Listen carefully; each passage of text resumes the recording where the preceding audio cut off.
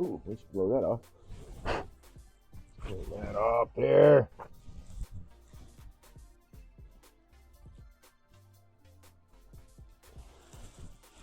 Cool.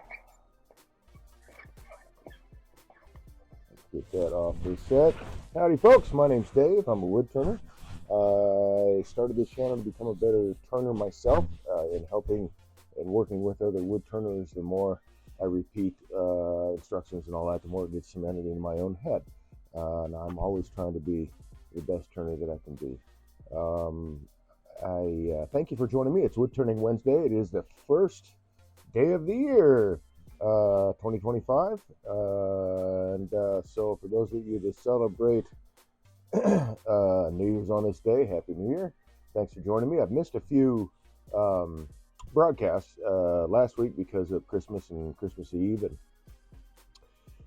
yesterday because I could not get signed into Twitch. And it's happened to me before. I've gotten updates on my browser, Firefox, and then because it's a newer version, or I'm assuming it's because Twitch hasn't updated yet or whatever, but then it doesn't recognize my browser and I can't get signed in. So instead I spent yesterday 5 or 6 hours rebuilding and replacing a motor on a 1950s bandsaw Craftsman that my friend Joe gave to me. Very, very cool. But anyway, it took a little while, and let's throw something in chat here.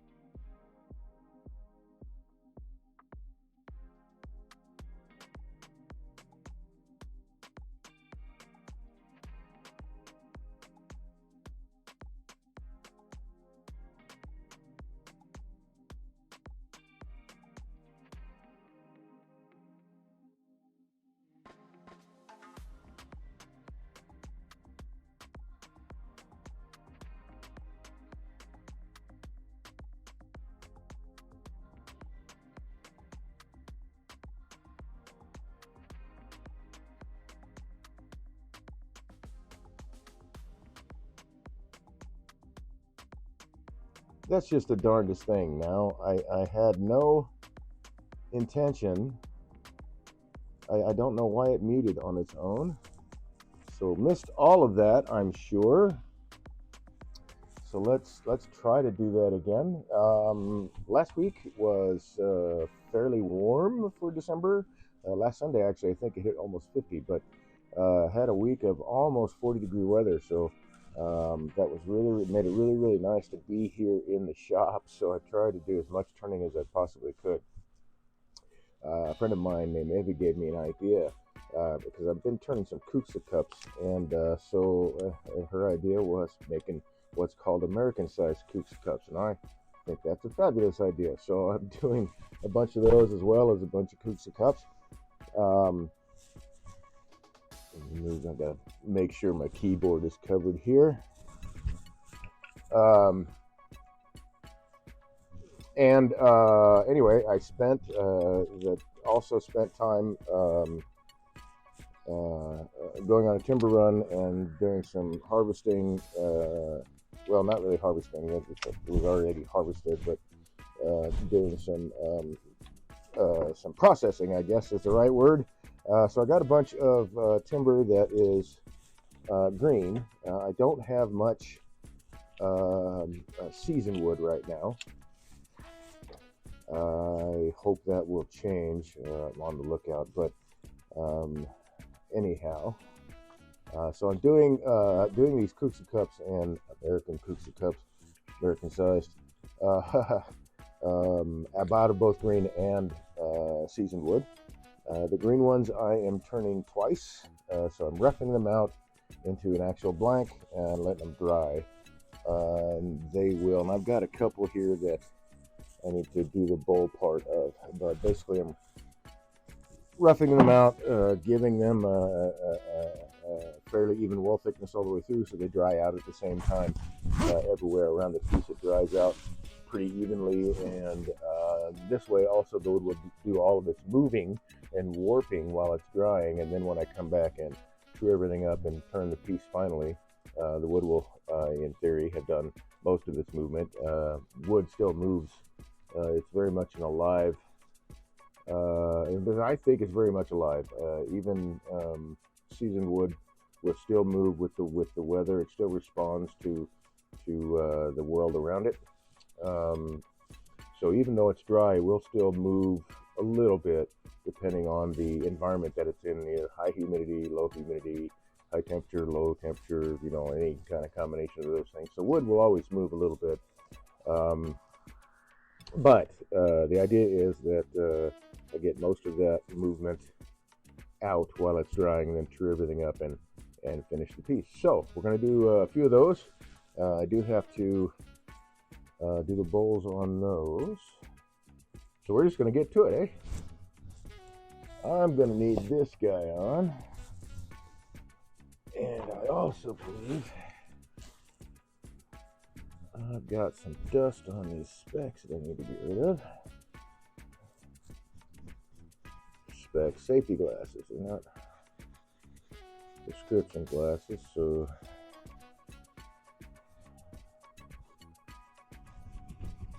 I'll clean these bad boys up a little bit so I can see better. All right, I'm just going to switch to, no, I'll just put this camera down here, make sure this is centered, as centered as it can be, and we're just going to go for it. So I've taken as much of the loose bark as I can so it doesn't just fly off. I do believe that since this is green wood, this camera that my finger's pointing at right now will probably get covered in sap, so I'll just have to watch out for that. I don't understand why. I don't know, maybe it's just a weird thing with the internet, CMEs that has been hitting, and I don't know how much it's going to actually increase. But anyway, there we go. The music was not playing. Do I want I think I'm gonna grab my fingerless gloves. I don't normally wear gloves I will if I'm turning like oak or some kind of splintery wood like that, so that as the wood comes off the tool, you know, it might be hitting me here. Even on my arm, you can see I've taken not splinters, but you know, wood hits, little tiny pieces coming off seasoned and dried wood. So anyway, I'm going to put these on. Plus, it's going to help me a little bit. It's getting chillier by the minute, and I just thought, what the heck? Let's start early because I'm thinking that I'd really like to turn. What is this thing? So now I have a new icon in my, that's interesting. So Twitch updated, I now have a new icon in my header. Didn't know what it was, and it's Twitch. Very cool. All right, let's see. That might be a little fast, but let's see. We'll go with that. So I did start off on the balance point, which is why I'm not getting very much vibration right now. We'll see what happens as we go along. It should stay fairly balanced the whole way through, at least until I get to where I have to put it off balance to do the outside of the piece. Let's make sure that's going to clear, and that's going to clear. And I want to do this pretty quickly to get through as many of these as I can. So I will do things a little bit differently as far as turning. There's a couple different ways you can do this. What I want to do is I want to round this off, right? Basically, I'm going to start off with a bowl shape here, and then I'm going to make a ring or a rim, a wing or a rim similar to this. Let's get a better. So similar to this, and then I'll have to put it off center to where I want the bowl part to be. So it should stay fairly well balanced up until that point. Although it is, like I said, green wood, there could be water pockets around that. We'll see what happens. So there's a couple ways I could do this. I could start just with a push cut and drag it around just like this. And already I'm rounding out the piece. Sorry, I just had my T-handle here come off, and I think it would be a good idea, actually, because it's just a little bit wider than what I thought I was going to start with. I'm going to grab my longer tool rest really quick.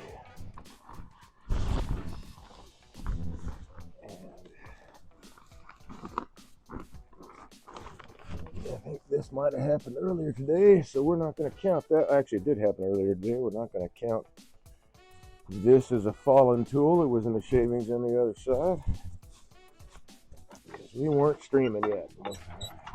That's my story. All right. So I think that's a little high. How about that? A bit low, but that's all right. Let's go.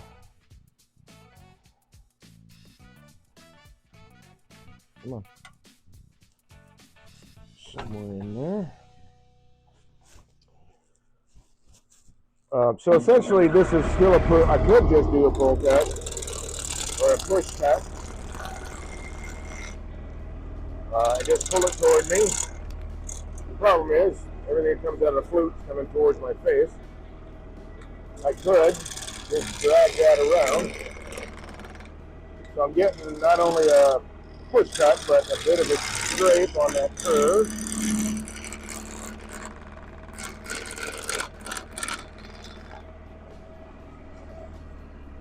Okay, since we're getting down to the good stuff here, let's move the tool rest. What I like to do, though, a lot of times is to do a pull cut that transitions into a push cut. Oh my, you should not be moving.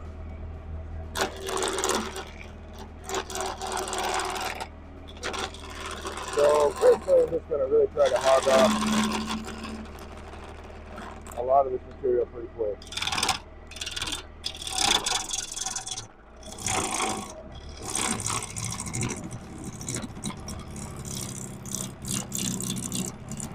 In this case, I'm using, or at least where I can get away with it anyway, most of the wing on my bowl guides.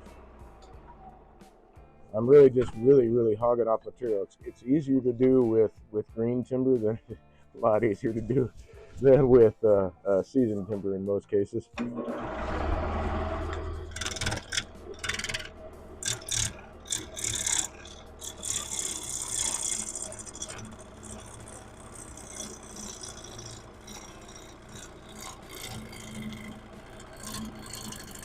And if I want to, now that I've got the corners, well, you know, the pointy corners knocked off, and more of the mass is closer to where it's held between centers.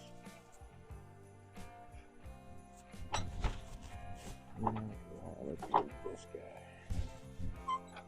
At the same time that I'm rounding this out, I can make the shape of the bowl part, that I, or at least start off with it. Get this bottom flattened out and the bark all gone. So for me, by doing it this way, it speeds things up, and I'm always getting a cut as opposed to a partial scrape.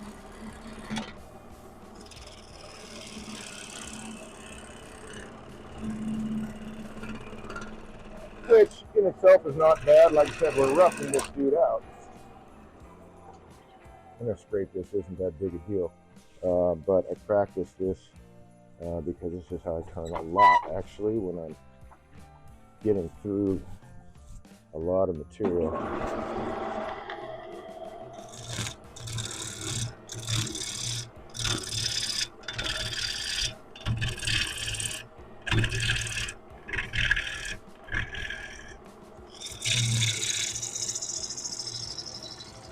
So now if I want to, I can actually speed this guy up.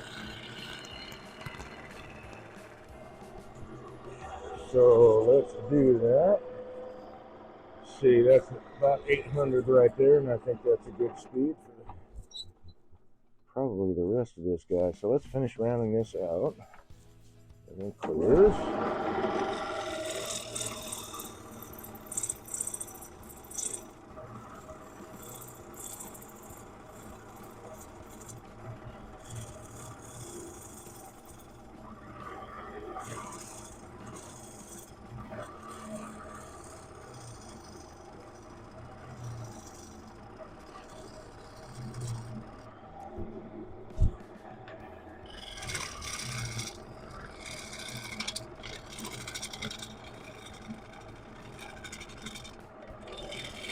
Forgot, I believe I'm going to have to buy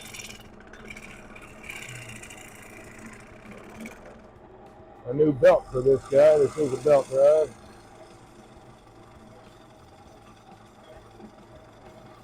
But I do get this. It slows down. I do get this sometimes, just depending on, you know, if it's a harder timber. I try to, plus the tool's getting dull now, but I do try to only turn as fast as the tool can cut.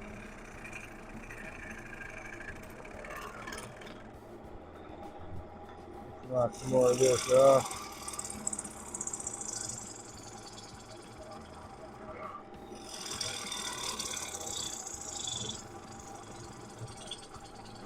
Well, to be honest, I didn't think I'd be switching the bull guide so soon, but I guess I am. It did get the dull, at least on that side. So we'll grab the next one in line.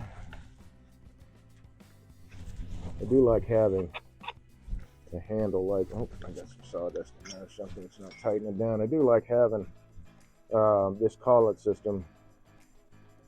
I bought it through Matt Monaco, and it's made by Robust. Gotta make sure the sawdust is not in the threads, because I do actually find that to be a problem.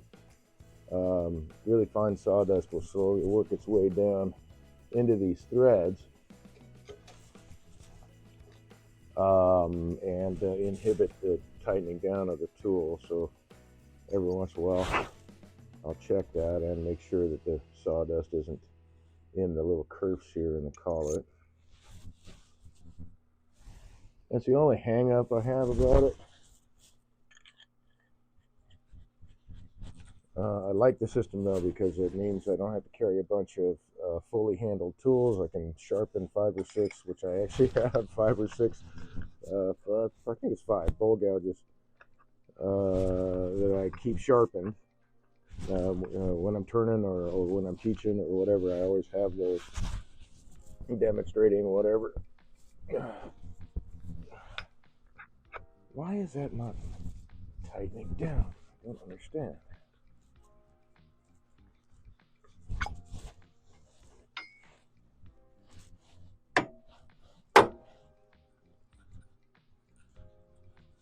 Everything was cleaned out of there. Was it not?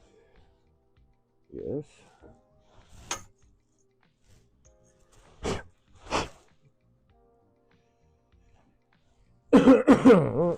I've missed a little bit here. I don't know that this is causing the problem, but let's just get it out of there. Usually I find I've got a, half a turn of thread that's got sawdust stuck down in it. I don't think it's that. And there's nothing in those curves.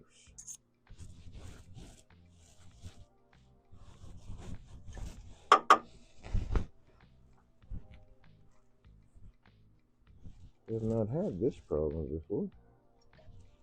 Ah, that's really fine stuff. That's why it's not. So there's some really, really fine sawdust in these, and it was darker color, so it looked like it was actually part of the threads. But like I said, this is really the only hang up I have about this tool system. I don't get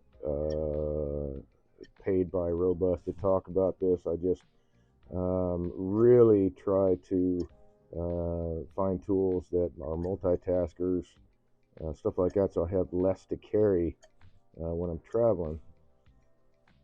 And having this tool handle with the different collets, I can just carry tool steel in a little carrier, and then this one handle. So it's really, really nice. I know Stuart Batty has a system like that. I think that, well, actually, I'm pretty sure, well, it is a little bit different too, from what I understand. This is just a straight collet. I think Stuart Batty's, the handle, the steel, the tenon on the handle is shaped differently, and it locks in differently. But having that quick change capability is really nice. This is the one I was using, right? Yeah, I grabbed the wrong one, but I still don't get, for some reason, this is not tightening down right, and I don't know if it's the cold. It's really bizarre. I've not had this problem before. I may have to switch to my old Thompson handle. That's got an Allen screw in it.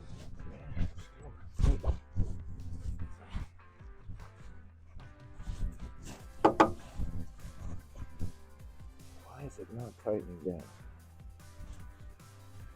Okay, that's a little bit better. It may be because the tool steel is cold and it's shrunk down a little bit, maybe. I mean, I've got this thing pretty much all the way, I mean, it's closed. But anyway, so this will be the first time I've experienced this. I've turned in the cold, so I don't understand why it's... But anyway, let's move on. So, sharp steel.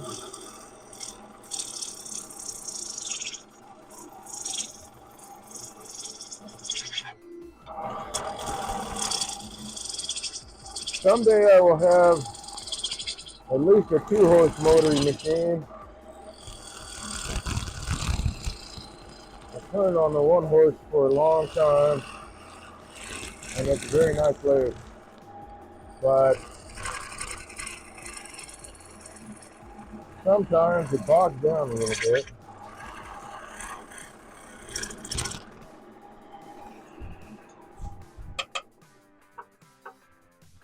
Okay, so there's a lot of cracks here now that I finally actually get to see. So that's we're going to turn a lot of that away. The bowl is going to be somewhere in the main meat of it.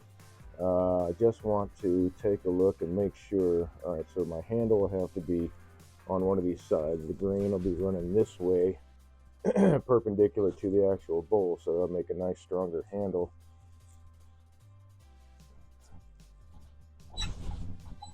Let's keep on going. I think we're around now, but now, okay, now I can start working on the rim.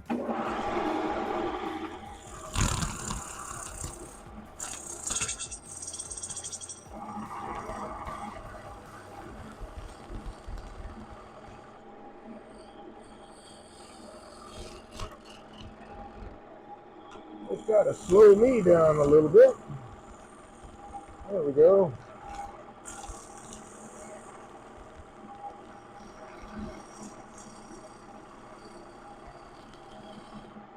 Slow is smooth and smooth is fast.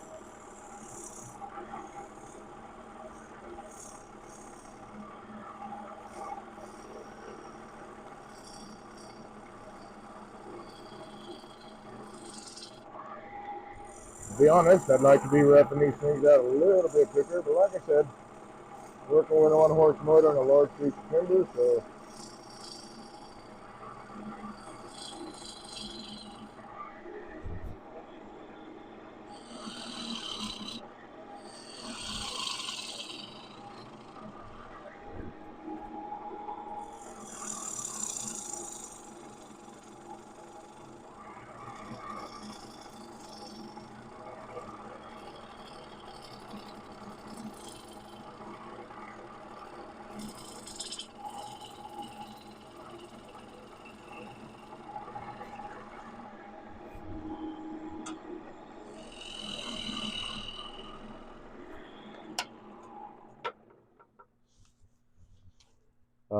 and right here on this curve here, when you'll see me do that again, double checking where these cracks are. So this one goes a little bit deeper, so I'll probably move the bowl to this side, like this direction. But let's take some more mass off first.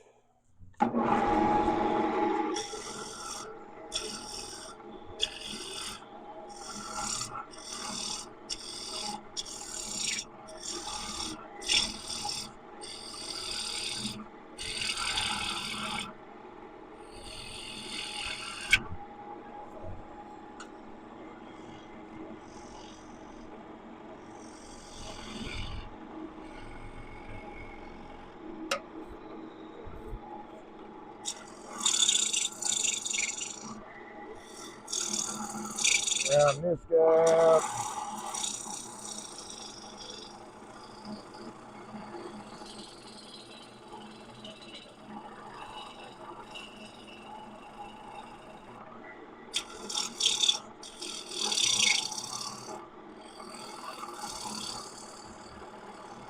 So I want to get down to basically an outside diameter of 6 inches.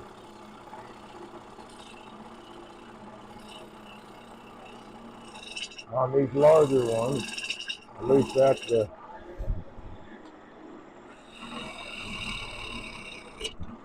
that is the dimensions I've come up with so far.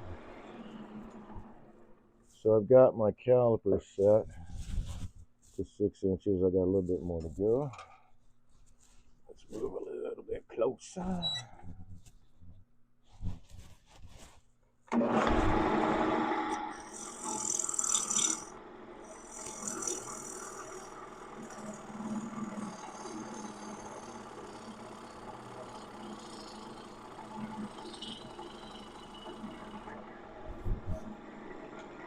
So here I'm going through a push cut and then transitioning into a full cut to bring that curve around. What I want to do is get rid of sharp edges and corners. So as it dries, that corner is going to want to dry faster than the wood underneath it, so it can start to split. But if you round them off, then the surface area basically it helps with the drying process and eases any possibility of cracking, or at least it helps mitigate it. So the bowl of this dude, yeah, that's a bummer. All right, what do we got here? So can I move it over? I think I'm going to wind up moving it over. Let's take a look here.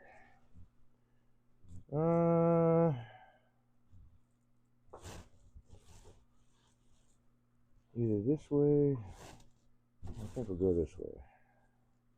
So I'm going to mark that with a pencil so that I can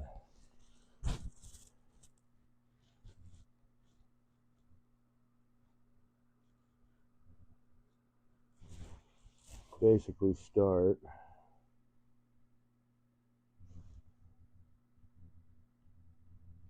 measuring off where I want this to be from the other side when I move my center this way.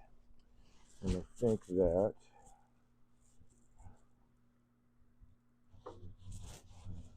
well, I gotta pay my attention to that, so I actually have to move the whole thing this way. I need to be on the opposite side of that crack. It looks like I'll be able to get rid of it by going about another 1/4 inch, 3/8 in depth and get rid of that crack from this side of the bowl. So let's mark here.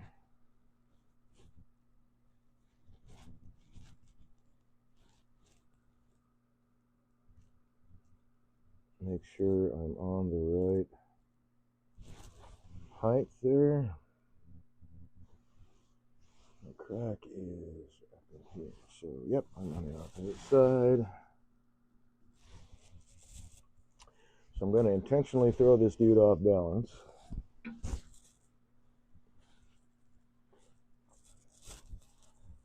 So that I can turn just this side away, make it round. Basically, there'll be a semicircle of material that'll come off just because I'm moving in this direction. So let's see, if I say I'm going to move it 1/2 inch, actually before I do that, let's clean this off.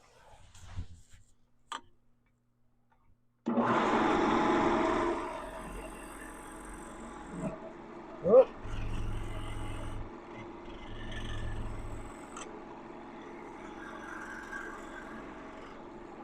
Let's see, I need to sharpen my spindle gouge. So I know my mark is right there. So let's take this off and we'll ship it. Now that's my mark. 1/2 inch, so that means I am going to have to. I was hoping not to have to cut this off, but I'm going to have to.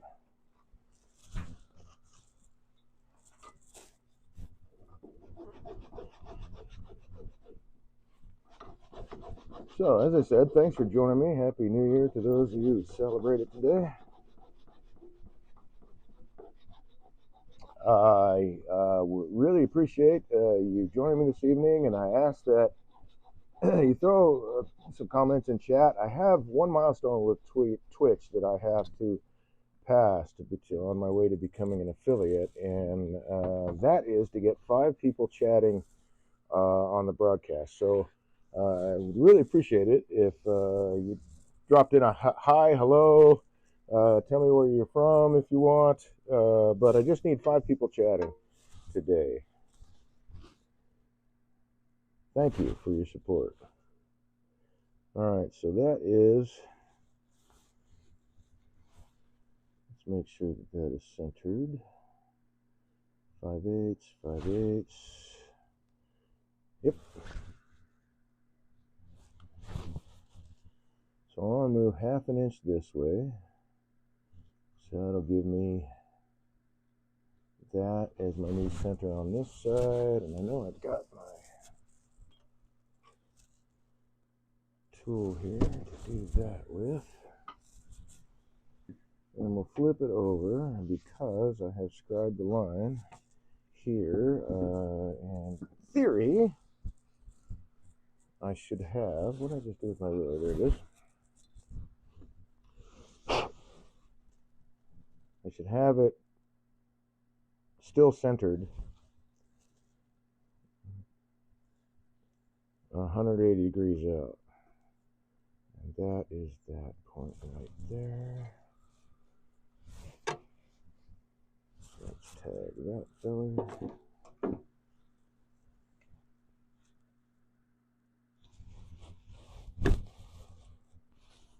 Because I do want to move both centers evenly and in the same direction.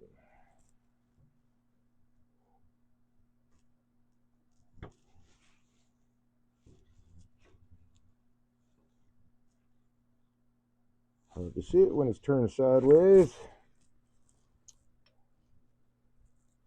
No, did I use the wrong? Yep, sure as heck did. I'm going to have to mark again.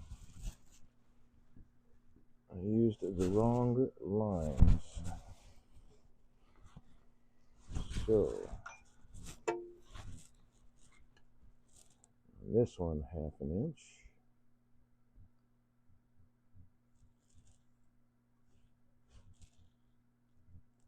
Right there.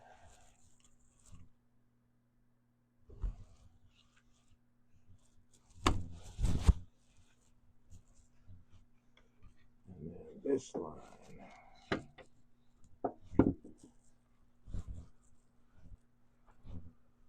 Here.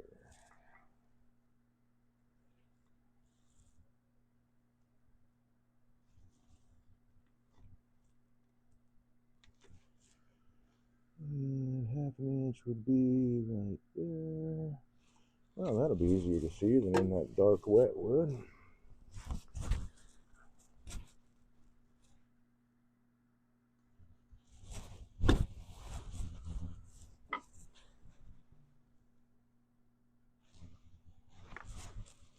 Whoops. Came right out of it.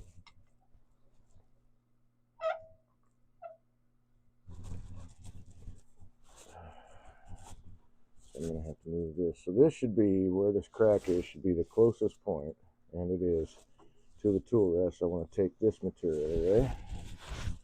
I'm going to slow this down, and since this is a Reeves drive, I can actually turn the spindle by hand and then turn the crank, because we're off balance now.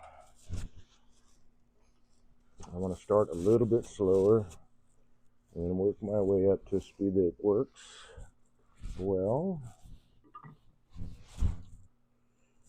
Oh, let's make sure I just smacked the camera.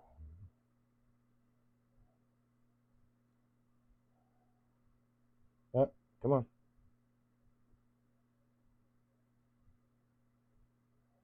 There we go. Yes, I need to make sure this is secure, so make sure that the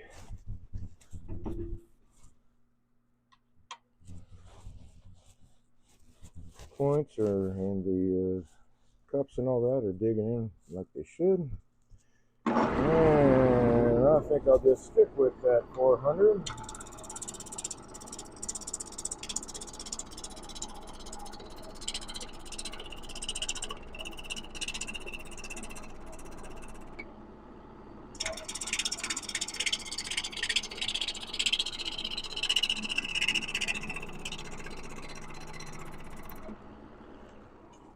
See where we're at there.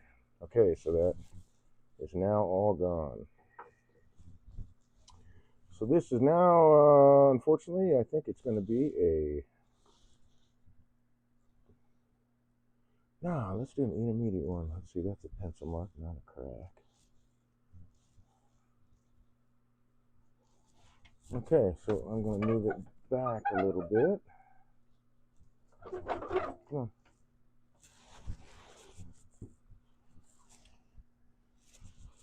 And for this, I don't need a ruler.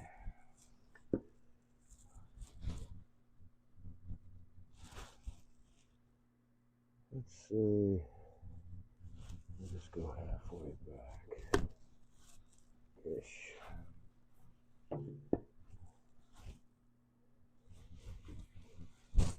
sure we're on the right line. And let's see, that'll be halfway back, so something like that.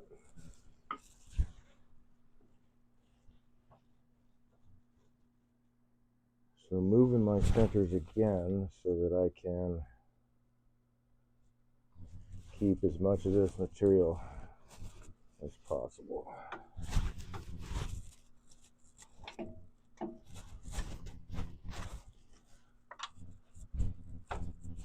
Alright, how far does that reach? Quite a bit to go. Correct? What am I hitting? Oh, yeah. Make sure everything clears. Cool. Now I can start to speed it back up. Not really super important what your lathe speed is. It should be whatever you're comfortable with.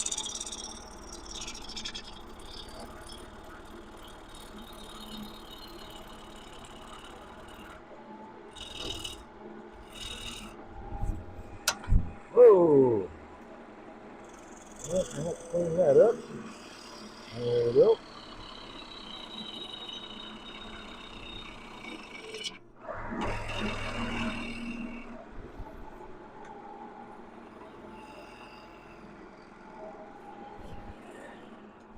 That way I'm saving most of this material.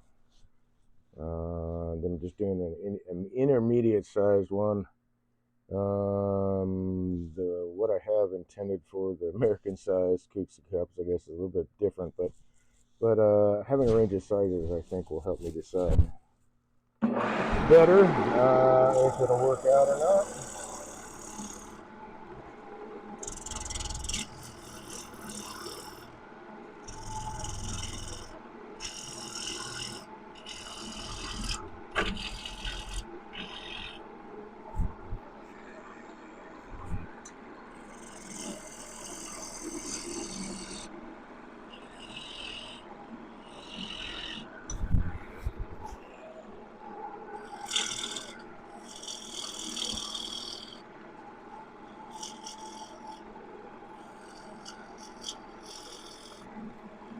So this one needs to be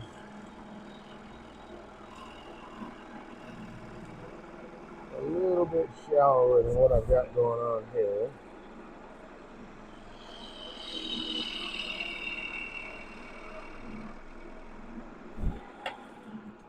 So I think, actually I'm really close.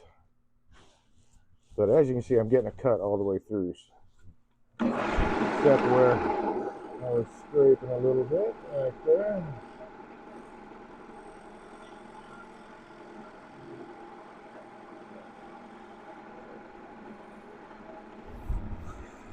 I don't normally go this way to the grain, but I will today.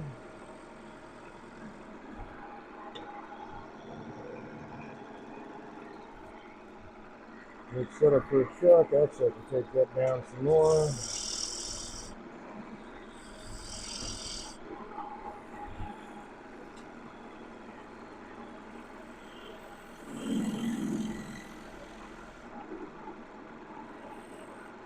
Dovetail set. Let's see. Yeah, I do want to get rid of this sharp corner. I say we're just roughing this out. This is going to be a twice turned object, so that's about the right depth for what I'm trying to do here. Okay, all that splitting and cracking is gone, so I can put this in a chuck. So I'm going to do, what are we looking at, 7:45. I think I'm going to do one or two more so that I have 1, 2, 3, 4. So I'll do one more, so I'll have 5 in a row that I can do with the chuck. Let's grab this fella. Ooh, spalted, yeah. Oh, and we're already cut the size. Why? Because I did all the processing. Okay.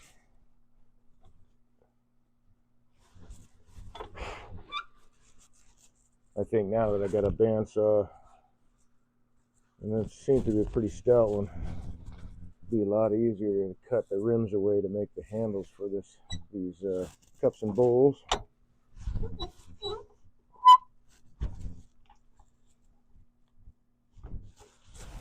Hopefully this wood is not too punky.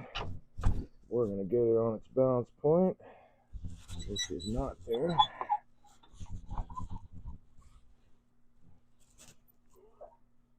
If it's too punky, I'll stop turning it pretty fast. Catching a corner, so let's go up here. Too far.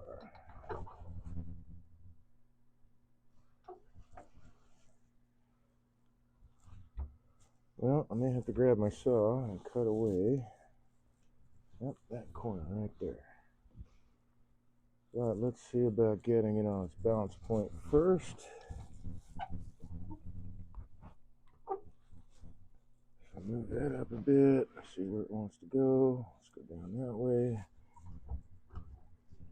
So this particular piece has got a lot of water in it. How does that camera look? Not so bad right now. The other one didn't spray so much. So it wants to go that way.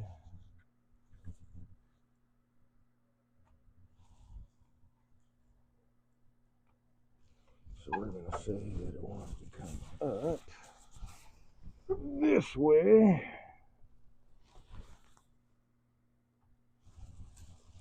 And then up this way. So basically I'm just kind of inching it up on each side. Check it out. And then raise it up one side, alternating sides so that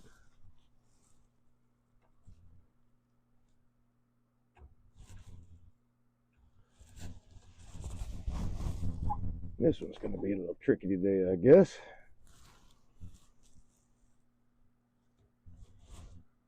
So yeah, the water weight in this thing is really uneven.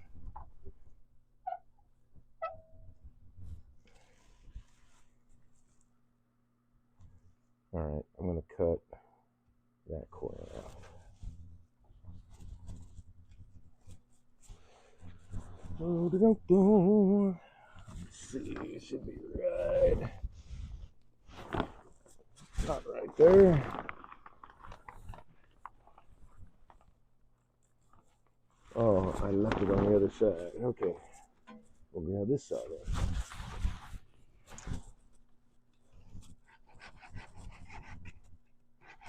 Yeah, that's really wet. I'm hoping that it's not super punky. It's hard to tell. The wood was kind of frozen. Okay, that's that guy. Let's see where it wants to go. Go down there a little bit, so I'll take it up on this side.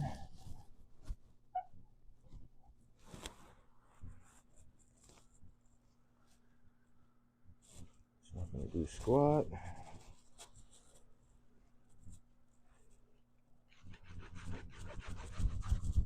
Well, there's definitely some punky wood on the outside of it.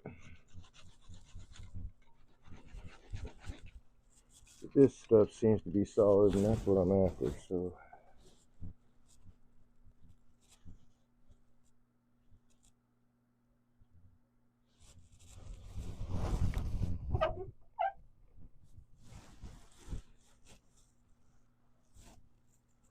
Everything clears. Yeah, call that good.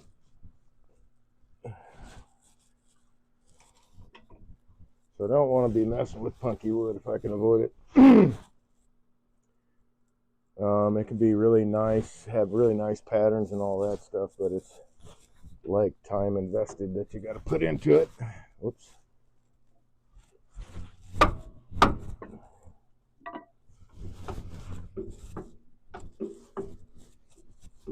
To make it look nice because it wants to break out and chip away and all that stuff. So here's to hoping This isn't punky because it's very nicely spalted maple. Or it's not punky all the way through. I know it's got punky parts, but they're all basically on the outside. Okay, that clears. That does not clear. That clears. No clear. Okay.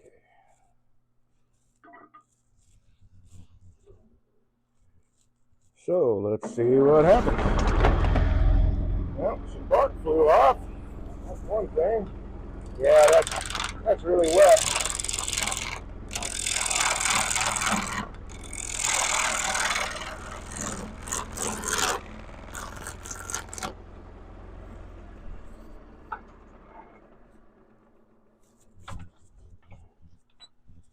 Oh yeah, it's definitely getting the camera. All right, I will wipe that off.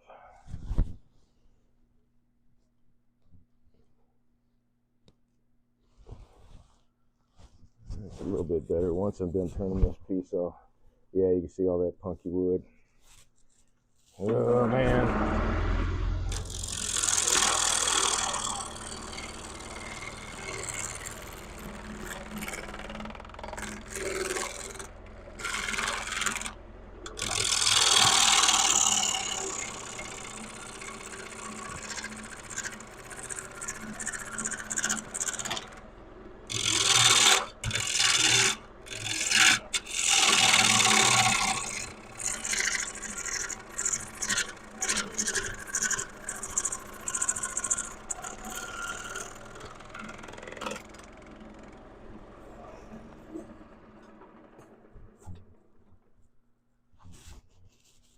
Oh, did not see that. Saw that broke out. I mean, well, I don't know. I'm going to go a little bit further. We'll see.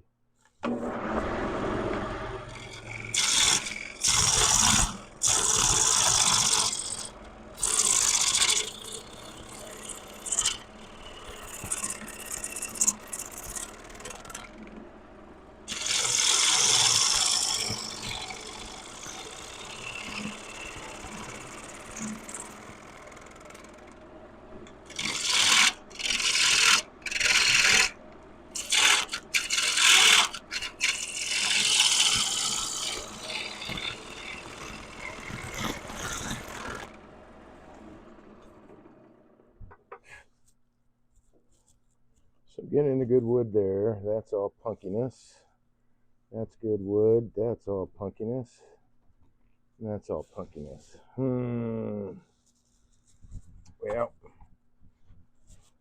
Well, it's spitting so much water. I just had some drip on me from this light up above. From the bell on the light. Let's wipe that water off.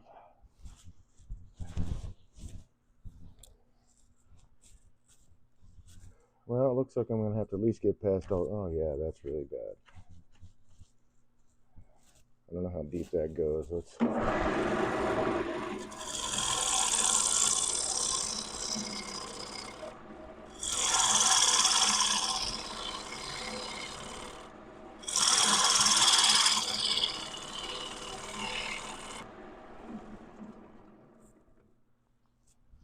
That's all good wood. That's. Well, I'm losing. Man. I really would like to use this piece of timber, man, but it doesn't look like it's going to work out for what I intended, so we're taking it off the lathe. I don't want to waste any more time on it for this particular project. So we'll move on to this guy. It's a pretty solid piece of wood.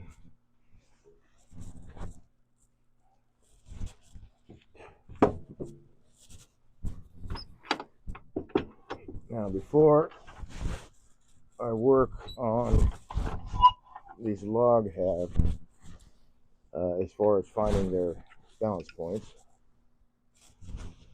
I need to make sure that I have a good hold with either side, either center or point, I should say, the headstock or the tailstock. So what I want to do is I want to get rid of this bark, because the bark in the cambium layer underneath it is kind of spongy. and I will not be able to get the hold to keep it between centers that I want unless I get down to raw wood.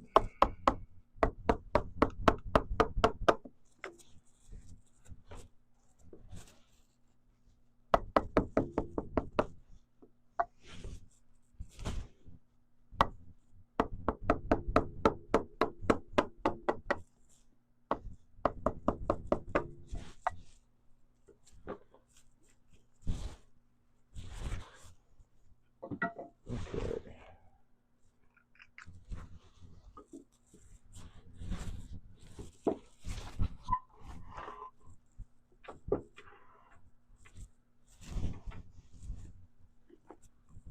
Is that about right? No.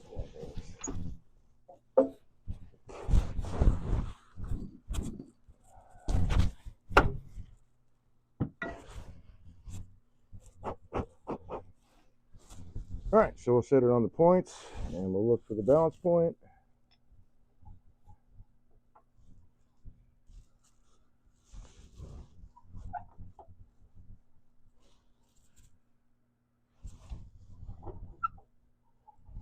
Oops.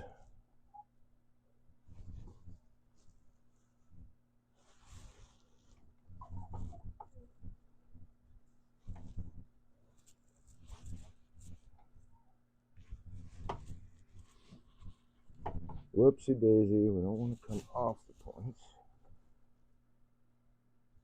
Just want to have it swinging free. There we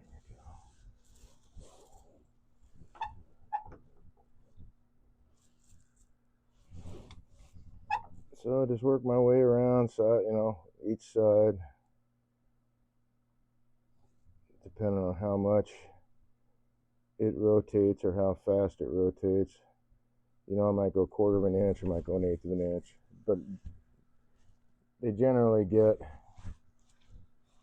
smaller and smaller increments until I get where it is right now, which is on the balance point between centers, and I can secure this guy. What is this, 8 inches? 7.5.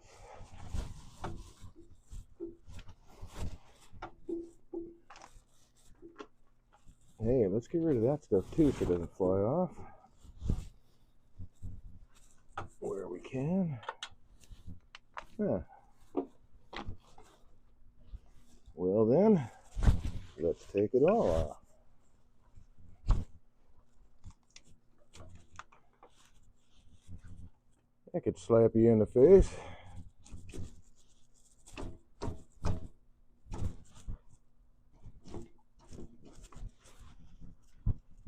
That stuff is on there pretty good, so we'll just cut the rest off.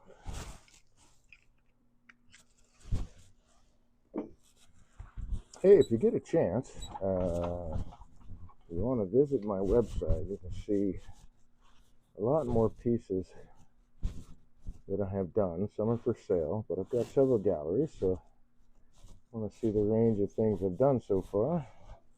I do have to update it here soon. Let's put that in chat. Way over here.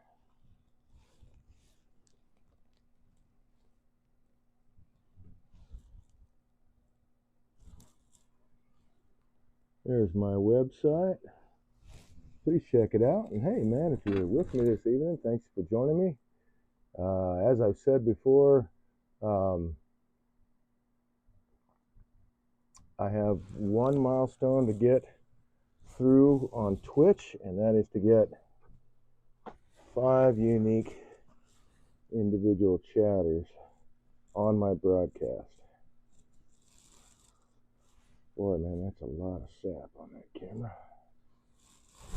How's that look? That's better. So I appreciate your support, helping me along the way. Thank you very much. That all clears, so away we go.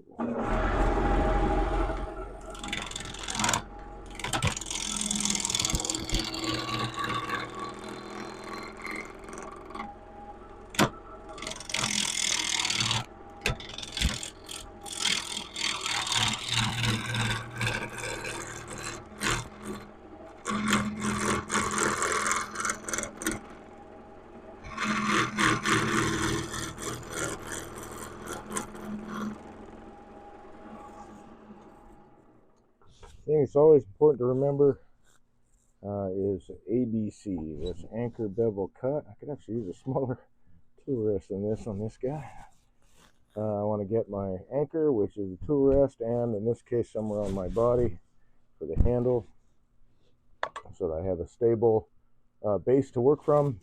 Then to get the bevel going in the right direction, pointed in the right direction, 45 degrees open-ish, somewhere in that neighborhood, is the best cutting action that you will find on your gouges. And then that very front of the tool, that straight line, wherever that's pointed, it's where it's going to want to go. But here I am kind of working around that by doing a pull, kind of push cut, moving it through there.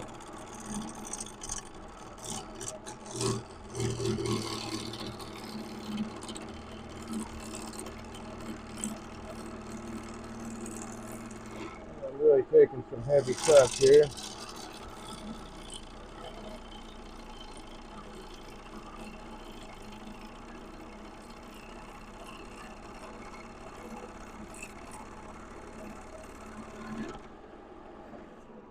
This wood really smells sweet.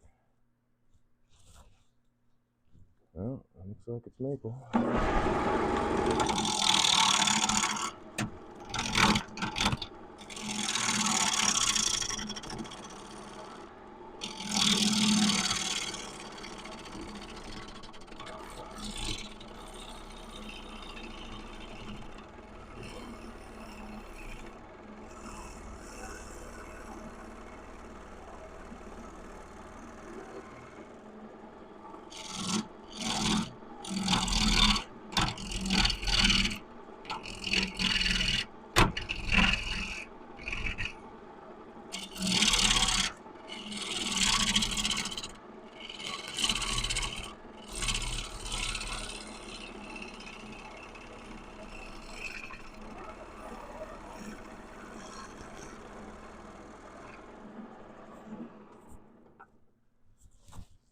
Okay, cool. So it looks like I'll be able to maybe get a bulb out of there. Maybe not. Alright, this will be another cup then, I suppose. That's okay. They all hollow out the same way. See, the music has stopped playing, so we'll have to deal with that on and off probably.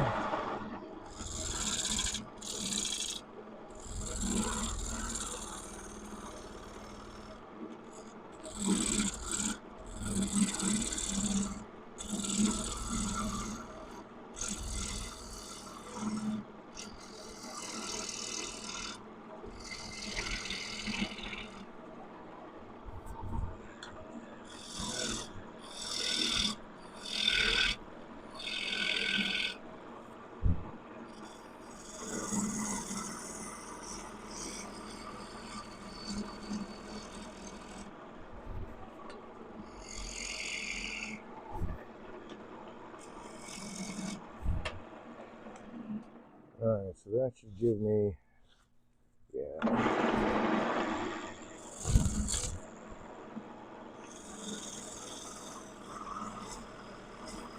set myself up for a hold in the chuck.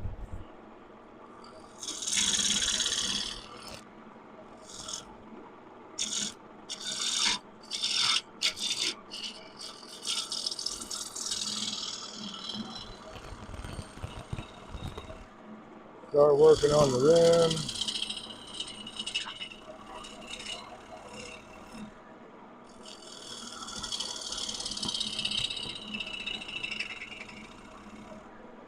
Let's take a look here. Make sure we got good wood all the way around. I don't have to work around any cracks. Alright, so that is a really nice size for a cup. I need to be about that. I think what I'm going to do, let's finish around on this part.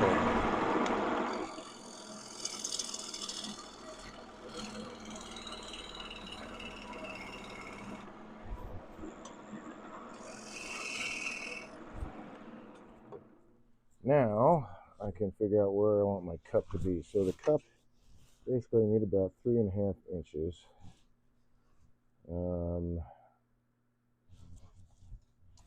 So let's get this cut off.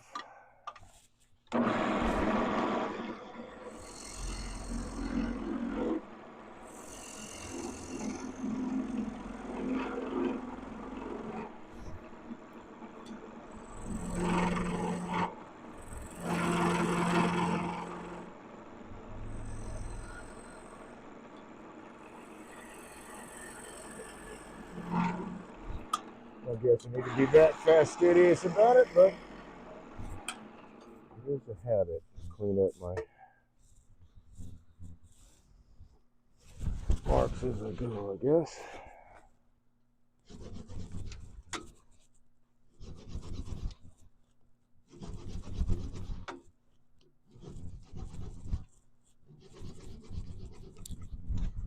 That should do.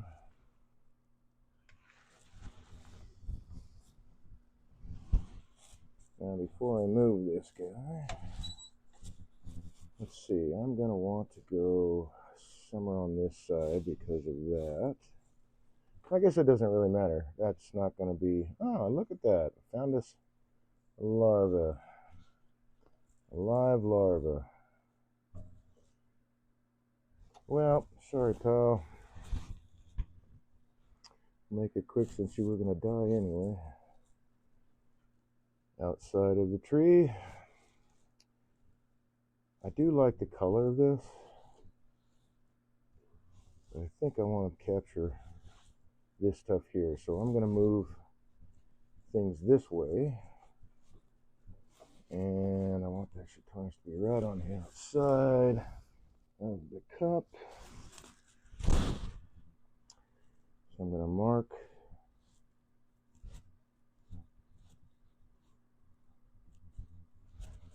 my line so I can do my measurements.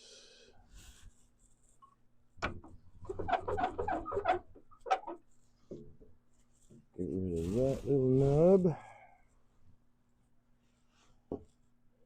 Alright, so as I said, I want about 3.5 inches on the outside diameter. So that works out to be 1 3/4 inches,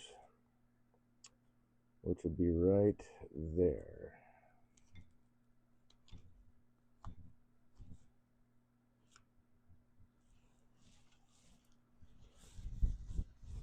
Now, punch that one in.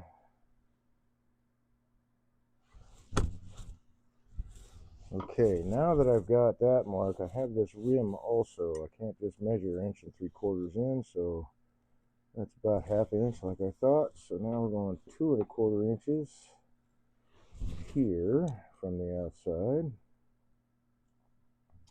Let's draw that line first, so things will be easier to follow.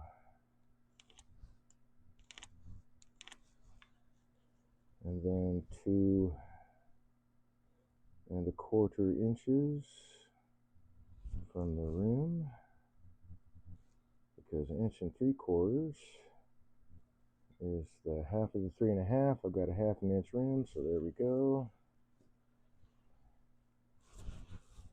So those should line up on either side of each other. And now we'll be off balance for a little bit until that gets rounded out.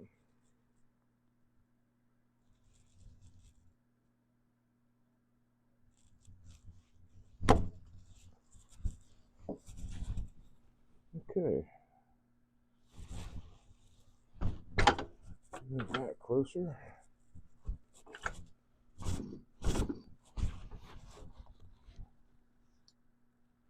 That point.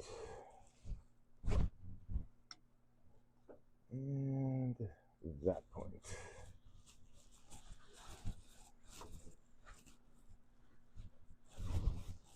It's not quite. Well, maybe it is. I may make a minor adjustment here. I do want to make sure this bad boy is secure. There we go.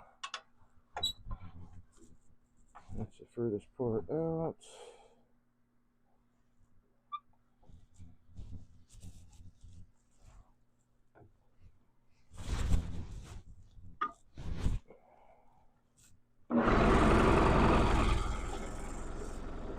Slow that down a little bit to get rid of some of that vibration.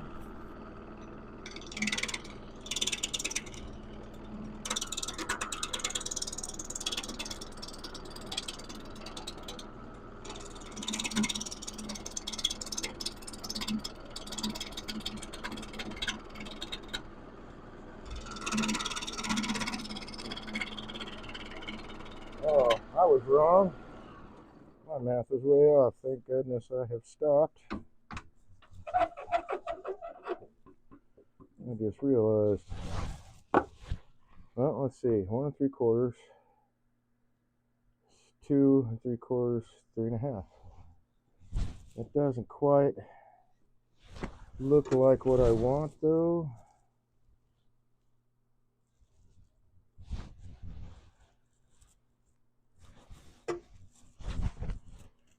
You can see it spinning around. We can kind of see the cup shape in the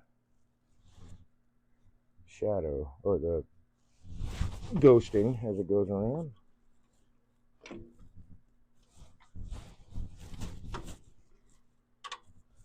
don't know, man. It'll be close. I'm going to say my math was wrong, but actually it wasn't. That, though, doesn't look like.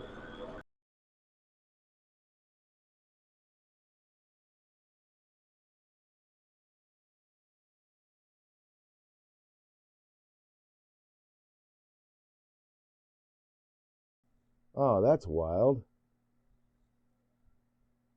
Well, I'm not sure what happened there. Everything went dark on the computer, and nothing was communicating with OBS, which is what I'm using to stream. That's really wild. Yeah, that was more like 3 inches, so I'm going to actually take it out a little bit more that way.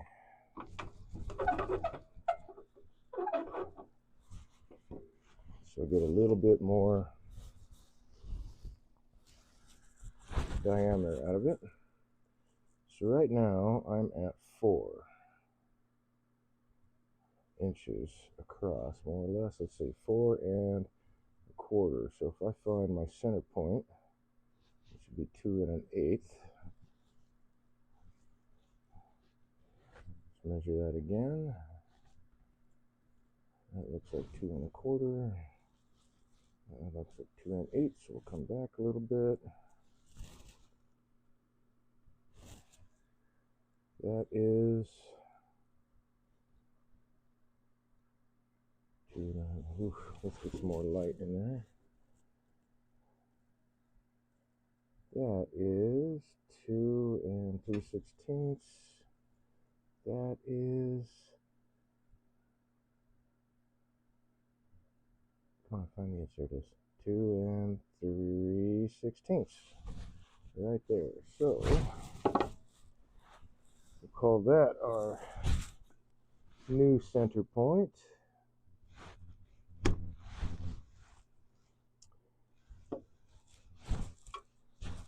And that dude is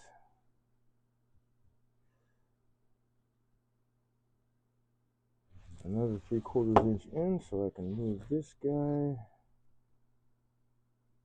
in 3/4 inch. It'll be right on that line. So we'll mark that.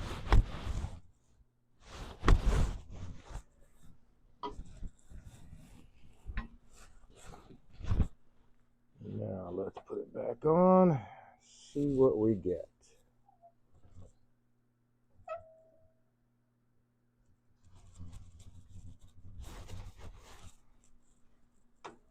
And that is plenty wrong direction, but I can make the handle over here where the grain is parallel to the body of the cup, so that it is a stronger handle. There we go. How far do you come out? clears. That clears.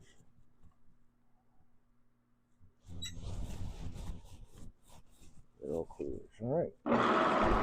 That's a little bit better.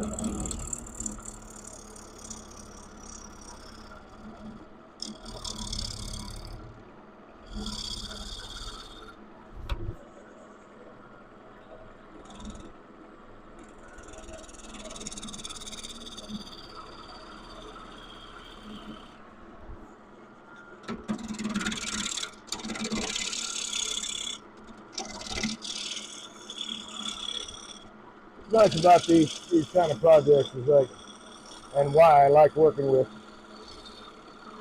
timber this way, I can move it around and get right where I want to be on the wood, on the timber itself, capture, little things like that, all these little features, lovely bright chatoyance. You can move it around where you want as long as you're working between centers. But I always start off, as much as I can, I shouldn't say always, but every chance that I can, I start off between center, or on the balance point.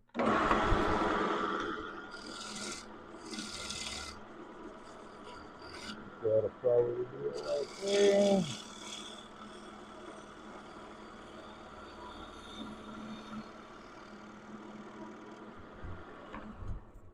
Now that should be, it's actually 4 inches, so we can take it down a little bit more.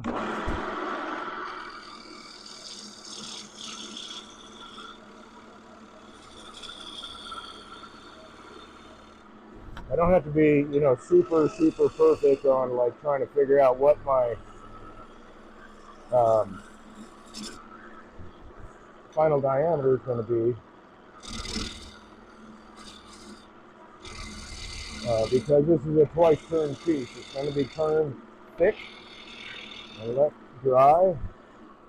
Hopefully it will survive the drying process.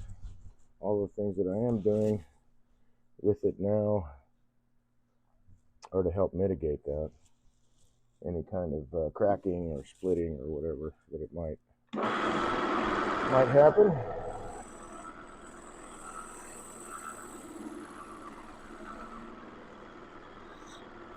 Aha!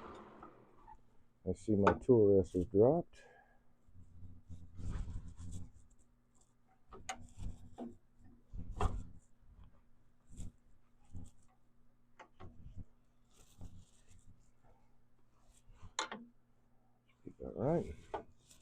All right, so that is going to be the outside diameter of the cup. Let's clean that up a little bit, just so we don't have, I want to get, as I said, a fairly even wall thickness throughout.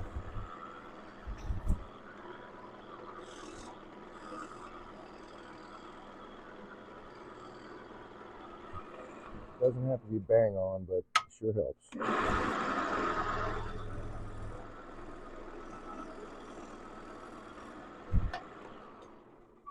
And now I can put this in the chuck and hollow that out and make flatten the top face out a little bit, and then hollow it out. So now that I've got 5 pieces that I can put in a chuck, I don't have to keep trying to go back and forth between points or a chuck or stuff like that. Let's see. Probably will need that.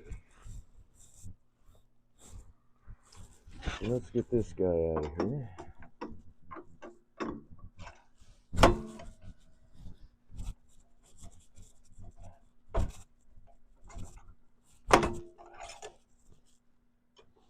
Making lots of shavings, man. So I'll grab my Vicmark chuck. I really like this chuck. This is an awesome chuck. It's spendy, but it's very well made. I think I paid $4.60 for it. Again, it's a company that I'm not sponsored by yet, so I don't get paid to talk about it. It's just the tools that I use. That's a little deep there. Oh, I know what I did. This one might be interesting because of this huge bark inclusion. So what I did was I hit that with CA glue and let it soak up as much as it would soak up, because it's going to be on this side of the bowl. But now that I look at this,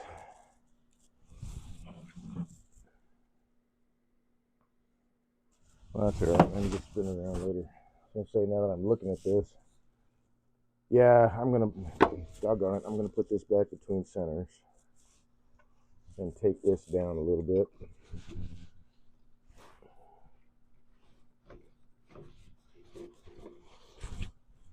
I need something to follow as far as the shape.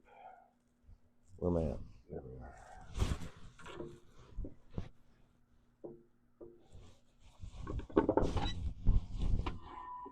we are. To hollow out the inside. I don't want to. I can. I just don't want to do the inside and then try to match the outside. I mean, I've done it many times, but this is much easier to do it this way. So this seems like it is a fairly well seasoned piece. So make sure it's secure.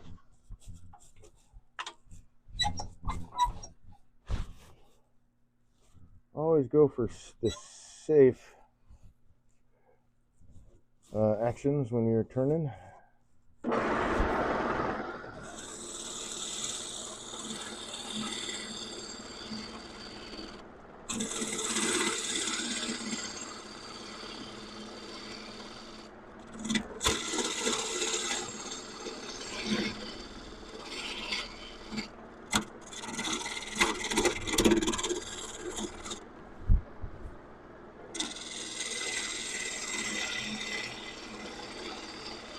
Try to err on the side of caution.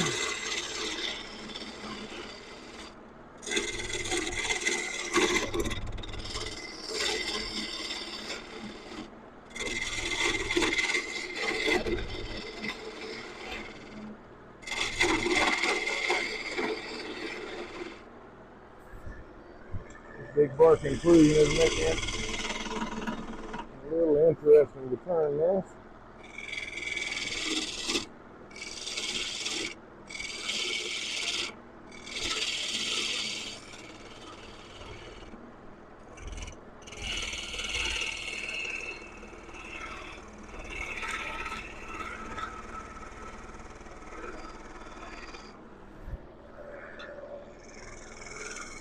You see I'm a little bit off the tool rest here.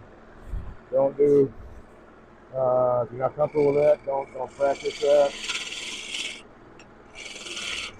Go with what works for you.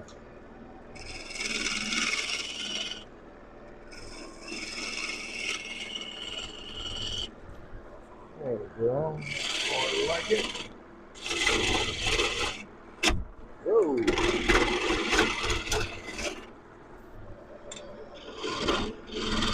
Basically, I'm cutting really hard plastic there where it's going through that CA glue.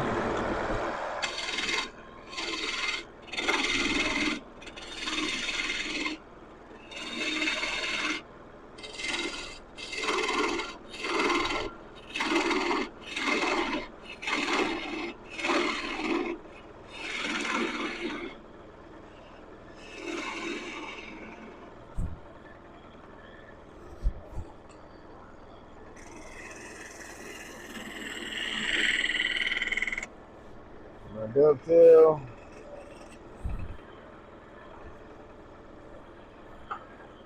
Okay, now I can cut this off.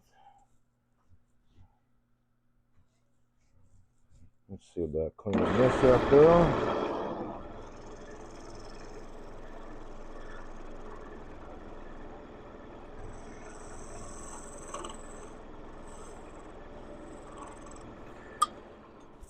Clean up that shoulder. I'm going to sharpen this tool really quick. I'll be right back.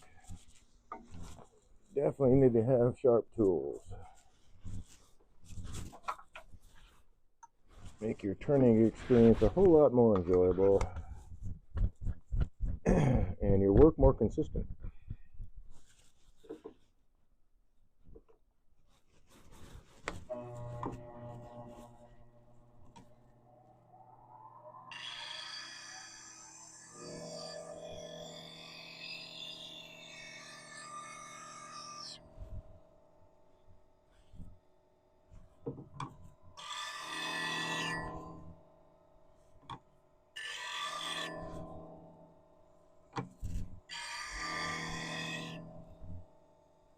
go.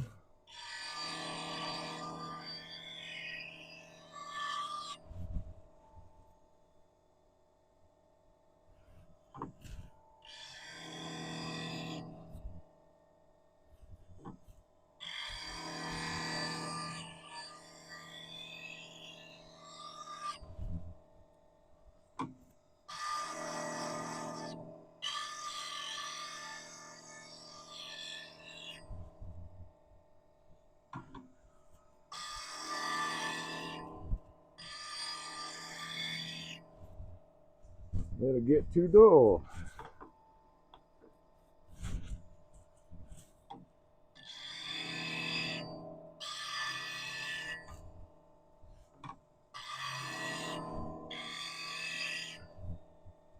And I gotta reform the shape a little bit. There we go. Now we're getting there.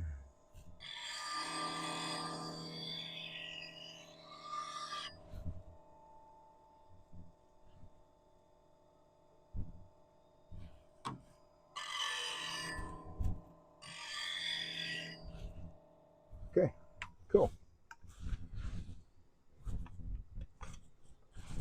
So that boot is sharp.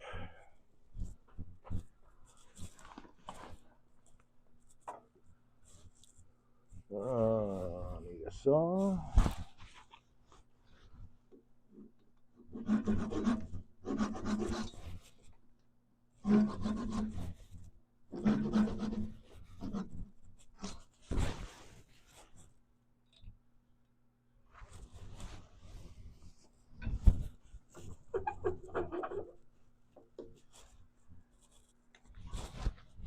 Okay, now we're ready for the chuck on that guy. Let's take a look at this one.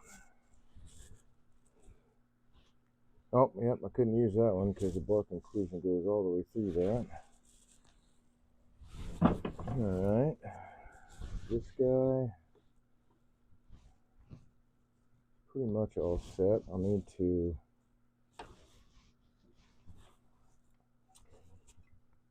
round off the foot a little bit better.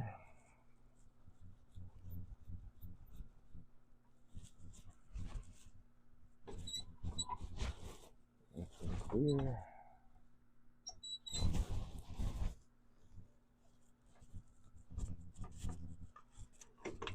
Make sure we're secure.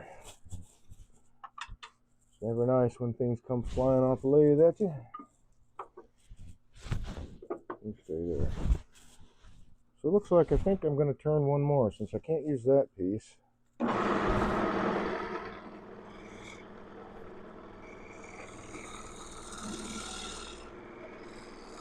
Yep, that's the problem.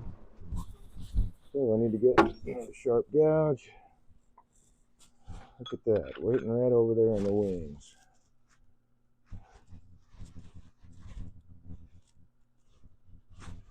Yeah, that's the same doggone thing. Can't get it quite tight enough.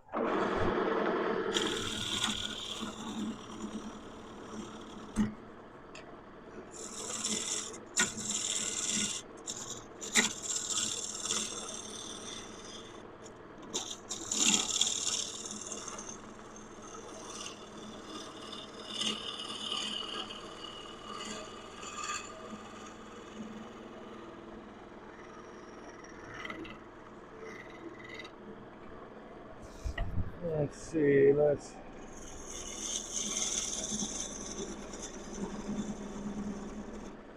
find that a little bit better.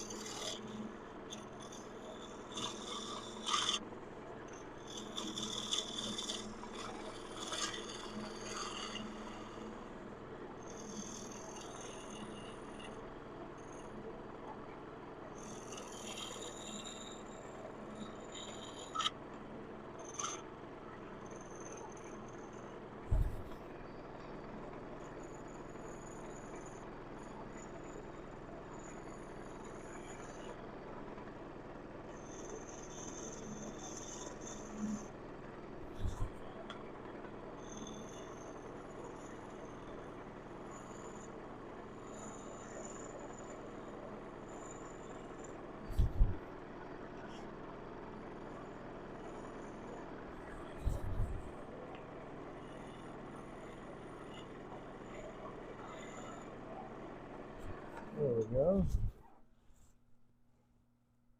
Yeah, that'll work.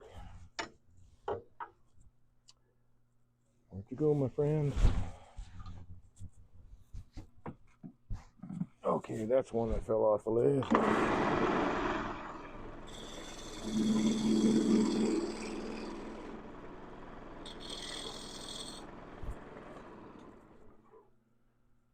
Groovy.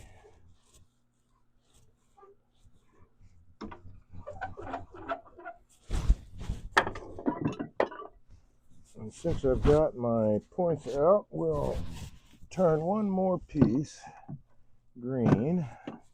Get back here. Let's see, that one is waiting in the wings. Let's see. Not this one, it is too thin for the project. So reach back here and grab this guy.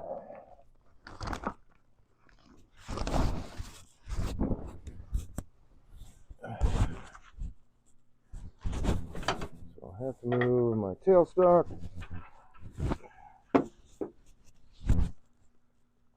Let's see, what am I looking at here? Cracks.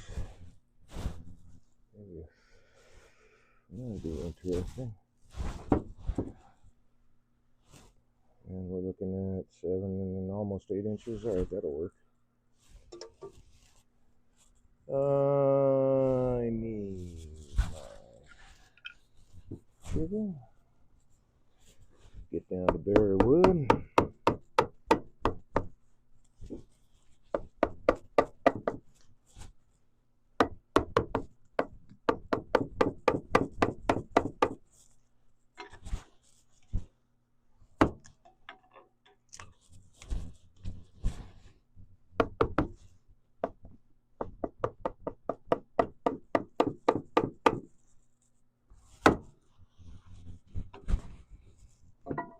That should do.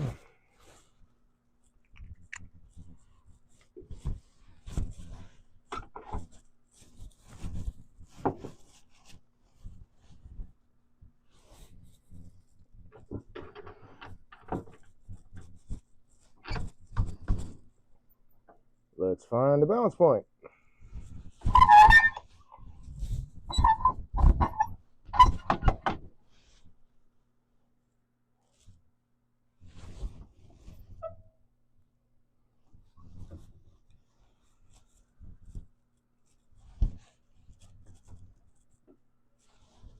There we go. Spin better.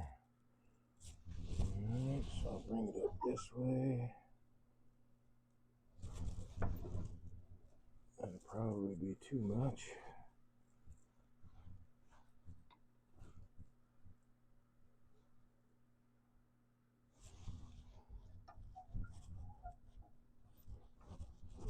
So that should be it right there.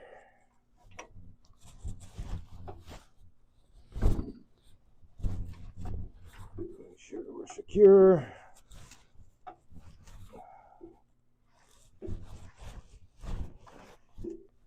There we go.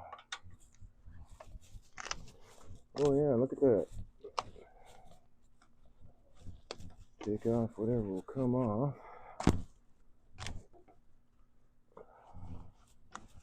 Ooh, that was a big piece.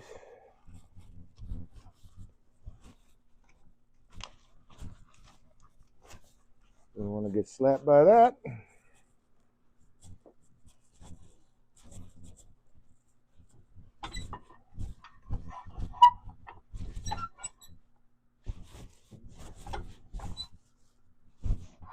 Come on.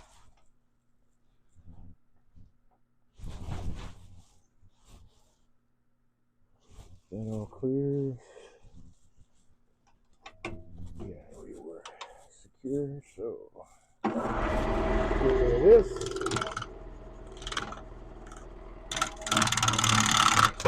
Woo!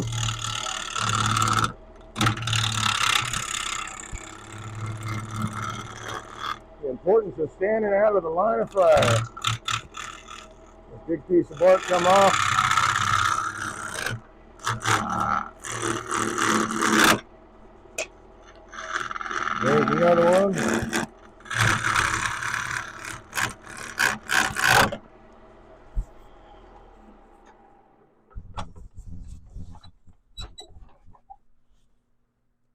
Don't know what that's going to turn out to be, but we'll find out.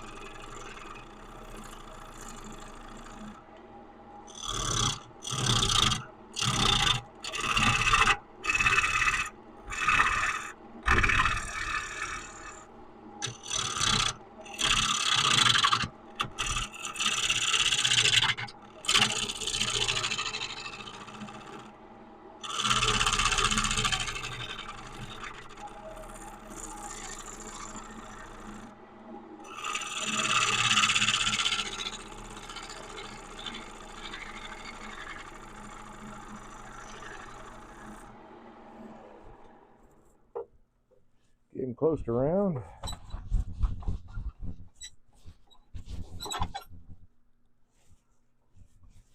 Alright.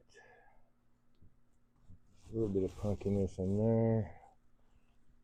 More to go. There we go. Let's grab the calipers. Still got quite a bit to go. So maybe most of that'll come out.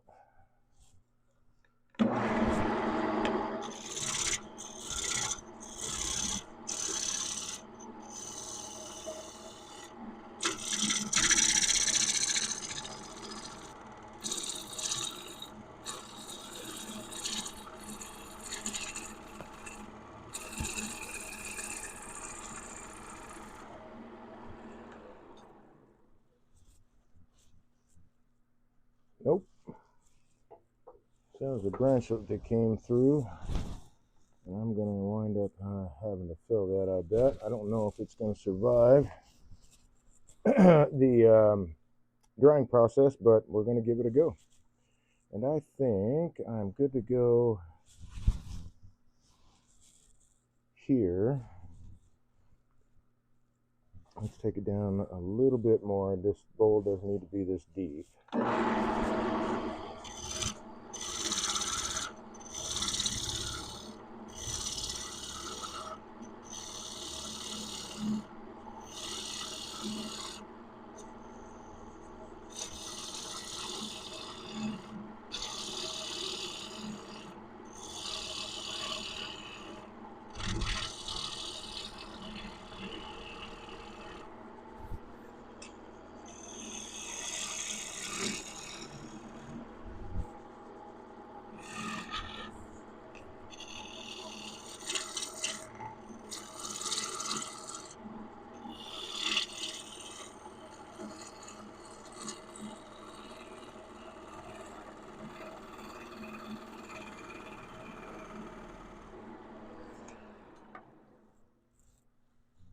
So yeah, I am going to have to fill that later.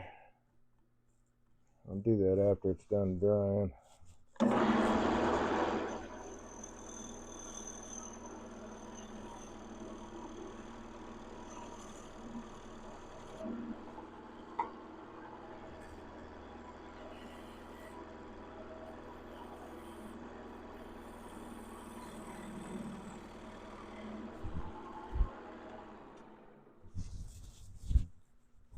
Okay.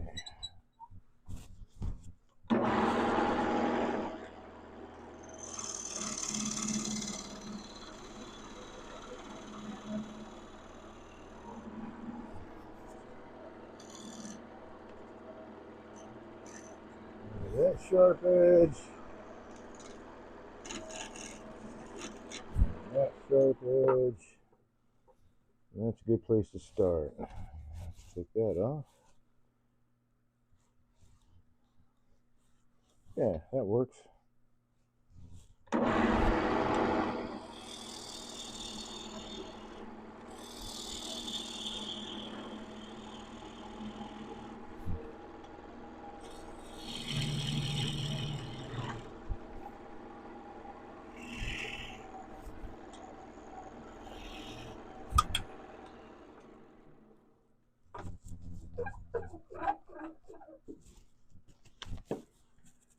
Snap that guy off. So now I've got the 5, right? Yes.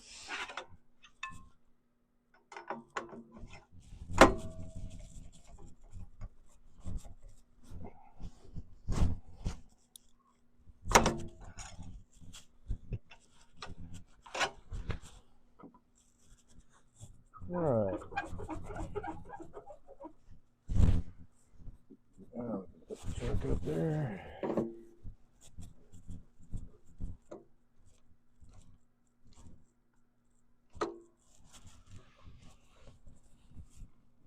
Let's see.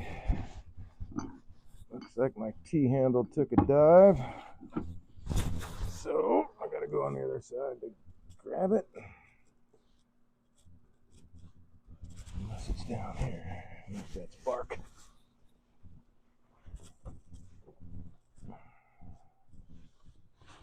Yep, there it is, right there.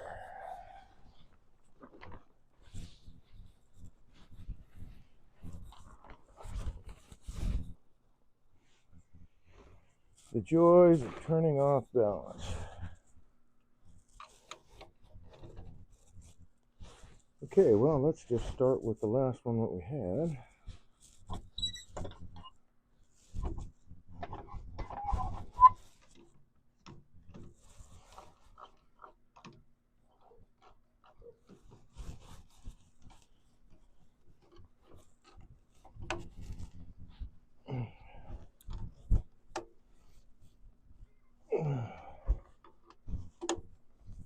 There we go.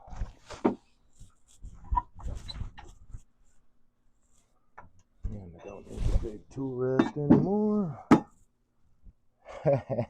Isn't that funny? Of course, my other tool rest has also taken a dive. There it is.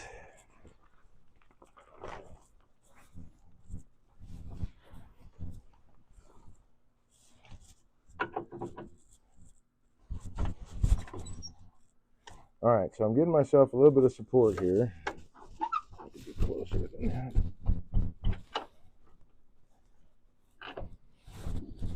So I can square off the face of this dude.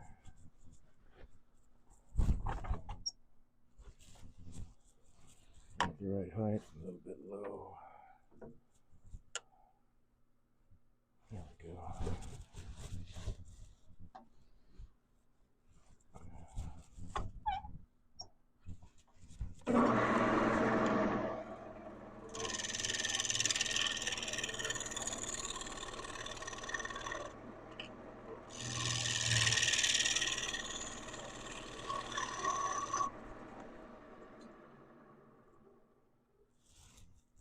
Yeah, I'll go a little bit more, I guess.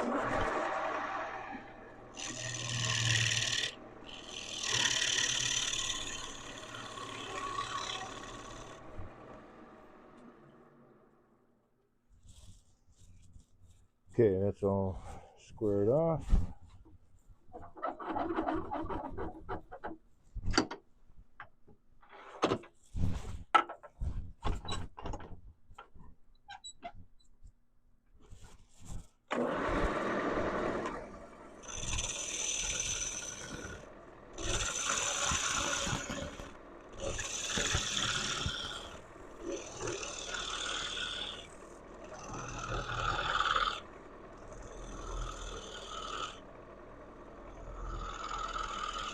And it's pretty much working it like every other bull.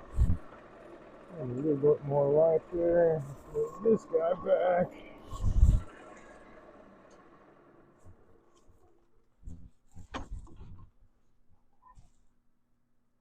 And this thickness here is what I got to make the rest of it. Oh, what is that, 3/8, not quite half an inch, before I put it on the drying rack.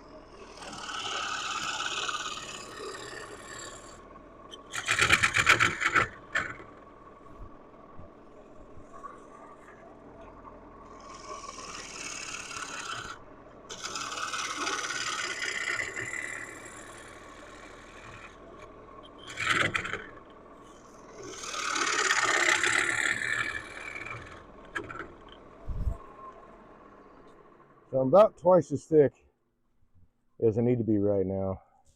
I'm trying to get down to my depth a little bit closer, but now I'm going to switch, or at least once I get this cut done, I'm going to switch over to my negative rake scraper so I can clean this out faster.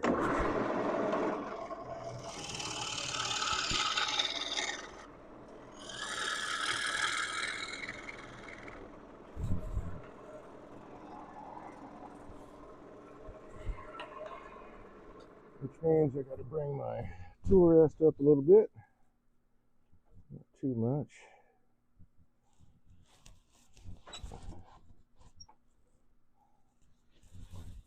That's clear, right? Okay.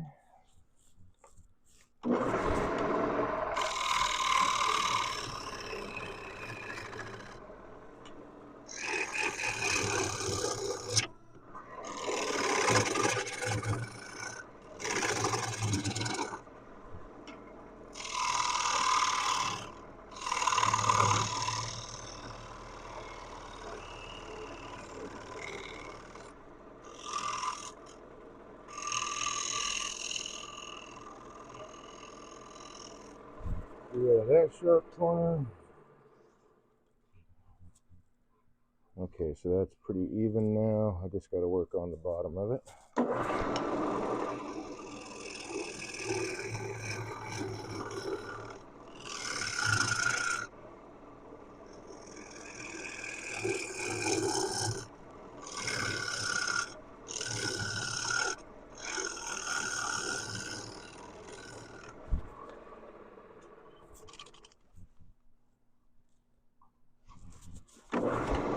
And I'm just feeling it by hand.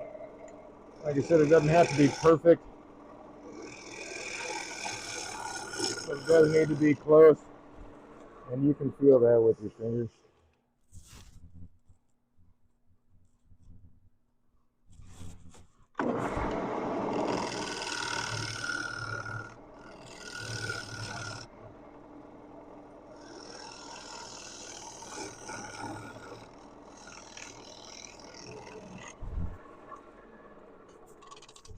I think that is it. Double check our depth here.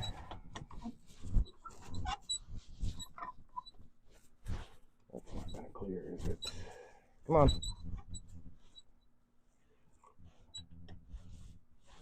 That'll clear, that'll clear. Should all clear. So let's grab the magic pencil.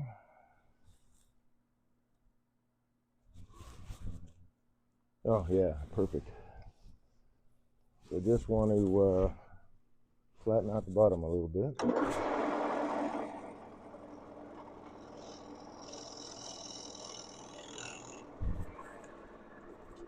And that's the name of that tune. So this guy goes on the drying shelf. Since I'm right here, let's take a look at Okay, so that branch, like all that punky stuff goes all the way through, so I'll have to fill that.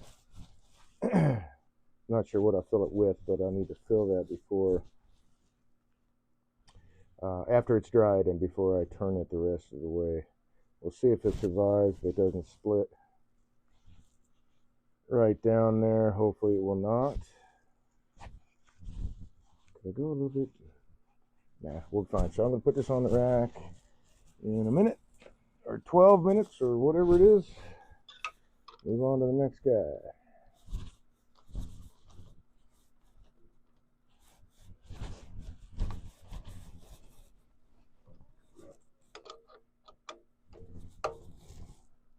There we go. And I do want to give myself some support here, since we are off balance.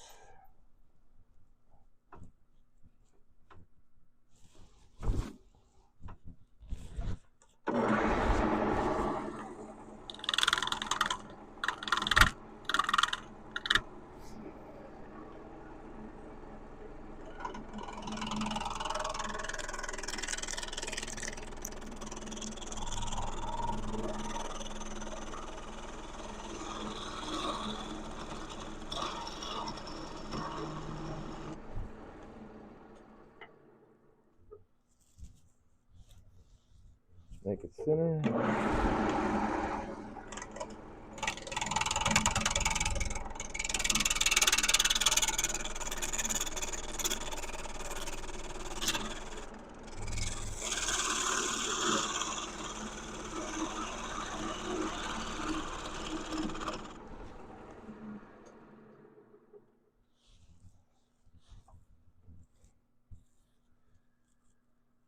And a little thinner than that.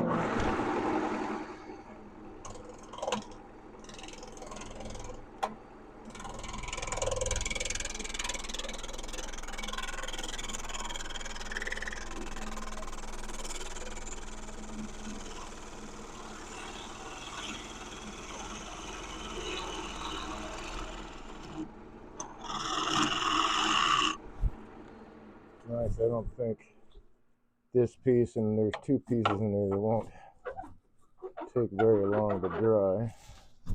I don't think. That back.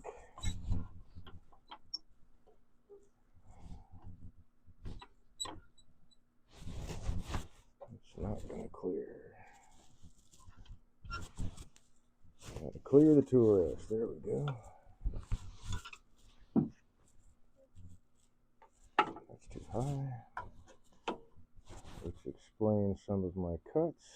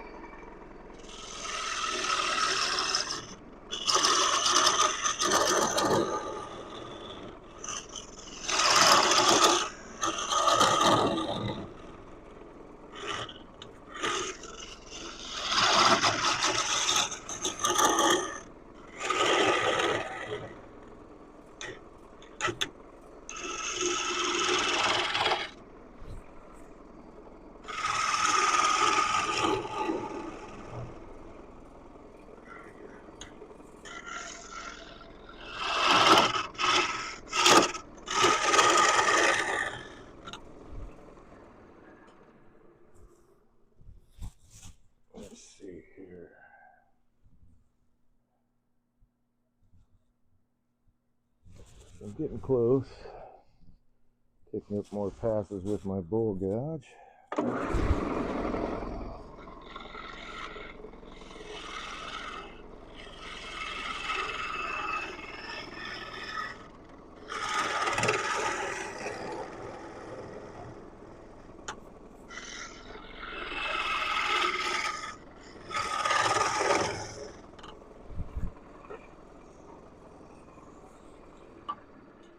Raise up my tool rest,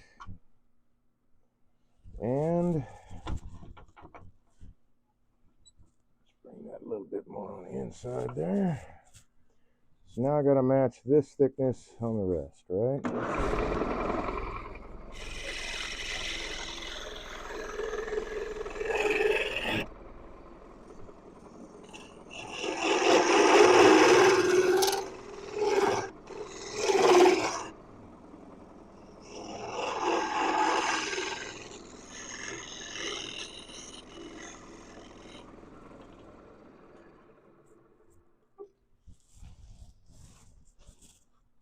Oh my, oh my, wow, I did not even realize that that got smacked by a piece of bark.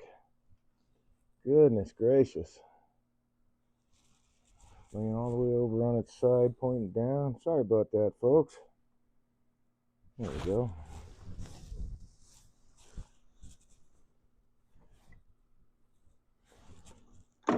Give you a bird's eye view of the floor.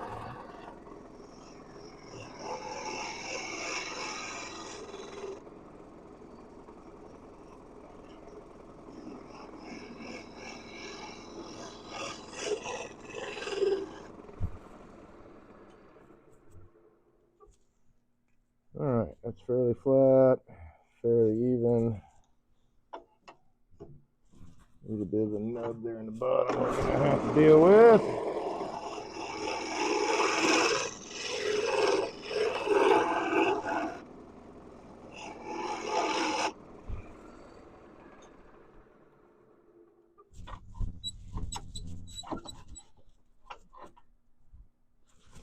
Oop, that's not going to clear.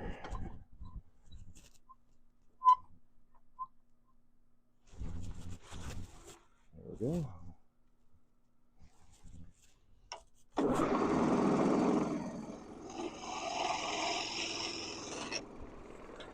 Flatten out the bottom. Move on to the next guy.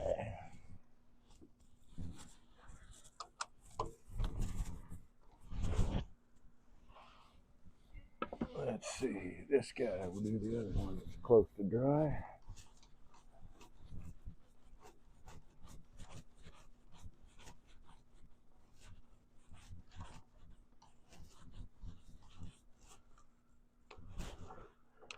I suppose I could, on these two, really just go and finish them, but there's still some movement that needs to happen in the woods, so I think I'll just stick with what's happening. Let's throw this out.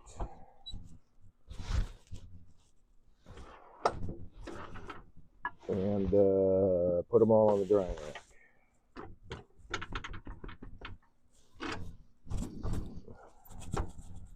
Cameras are both pointed in the right direction. All right, as I said before, Happy New Year. Thanks for joining me. I hope that you are finding this enjoyable. And if you have joined me before, thanks for coming back.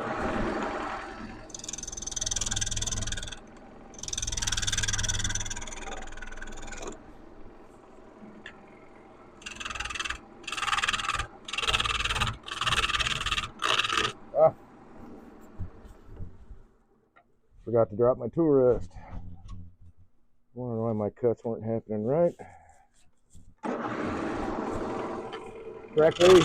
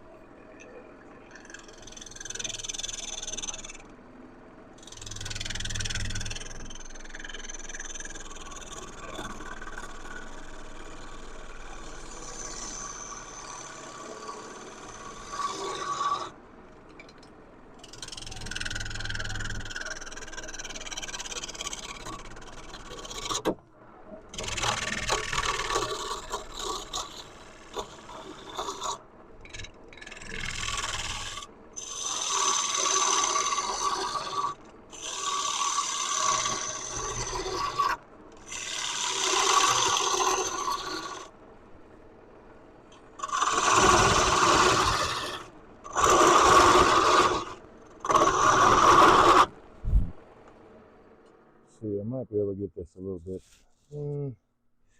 Yeah, I can get her a little bit thinner.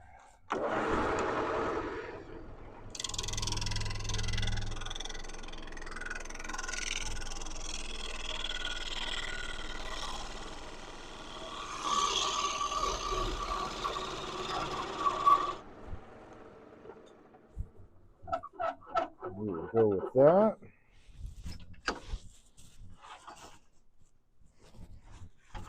Let that get it out of the way.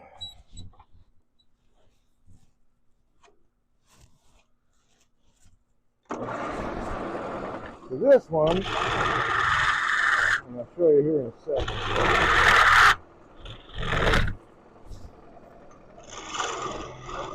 It's all bark. It's got the bark inclusion like right in it, and I moved the bowl. I recentered it to get that into the bowl because it doesn't come through the outside until you hit the very bottom. So most of this will get turned away.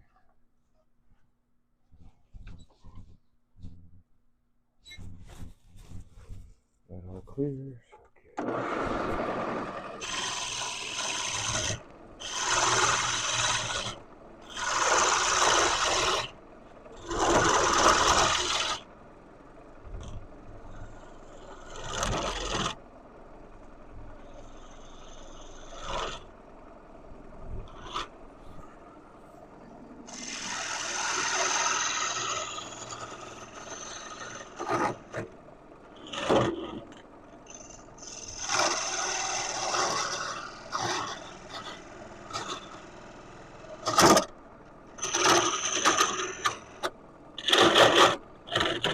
Say the bark inclusion is making it kind of interesting.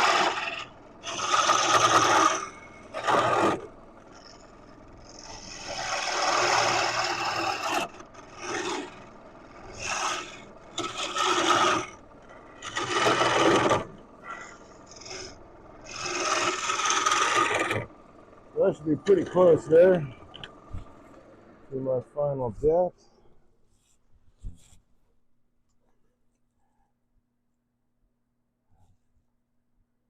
A little bit further.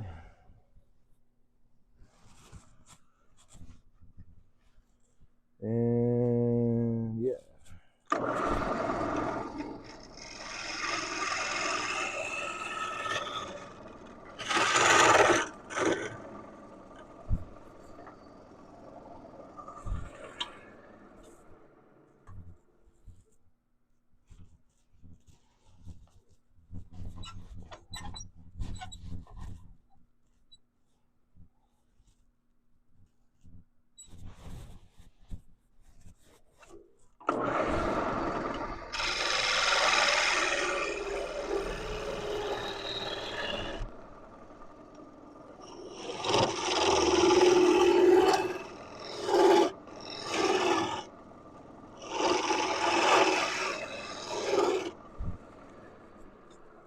Check that out.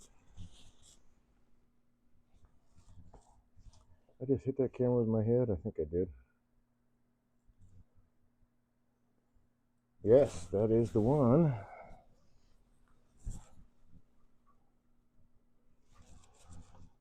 A little bit of a nub down the bottom.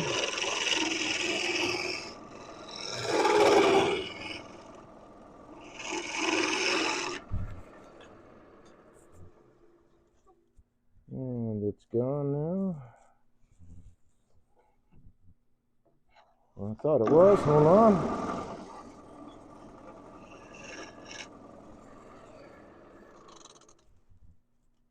There we go.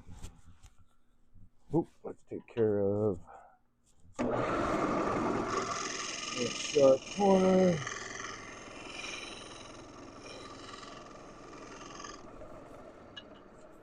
And put a new burr on the scraper. Let's take this guy out first. Yeah, you can see the bark inclusion there, so I think Actually, while I have it out now, I'm going to grab my CA glue. Well, let's see. Yeah, I'm going to grab CA glue and flood that. Let's see, that one needs to be, oh, that one's done. Okay, so I got 2 to go.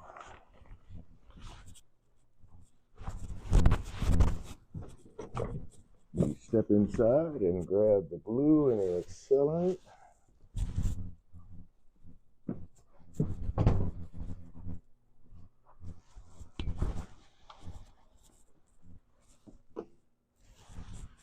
Grab this paper towel. So I'm just going to flood this bark here. Get it to soak up as much as I can.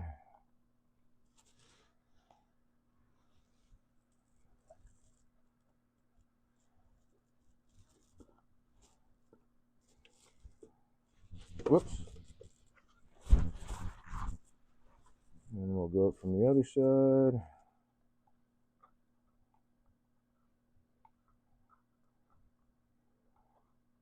It's basically plasticizing the wood, but it will hold that bark together a lot more nicely. And hopefully I don't have to turn this into a resin project to fill that void that's going to be there.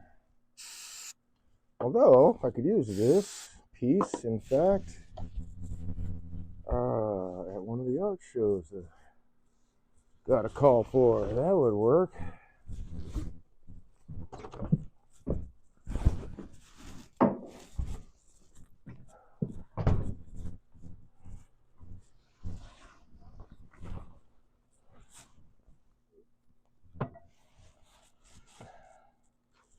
Okay, next up, this fella here.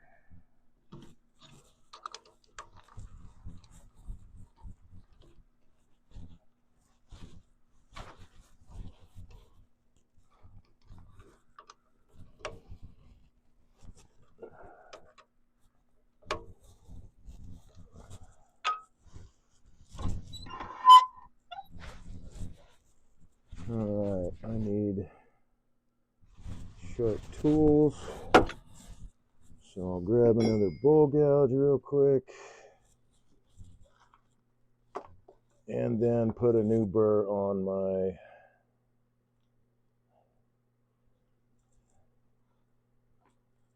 negative rake scraper.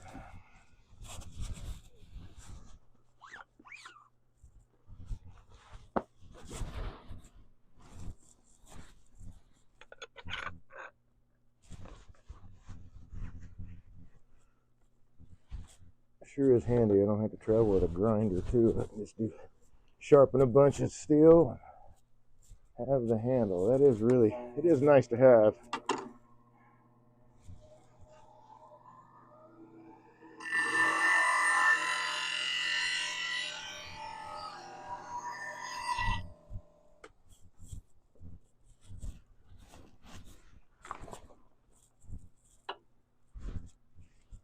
And tailstock support.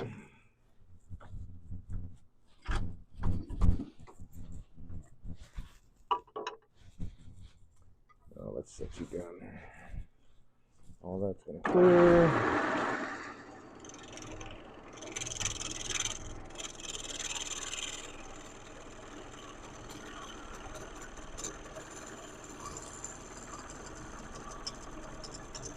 Ah, doggone it. Forgot to drop the tool rest. I'm like, why is my cut not happening the way I want?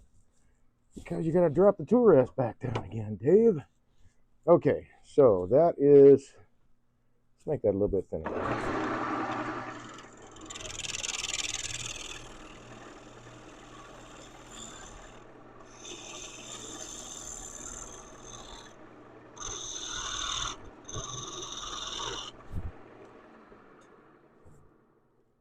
don't want it too thin because I want to, I want material to be able to take away,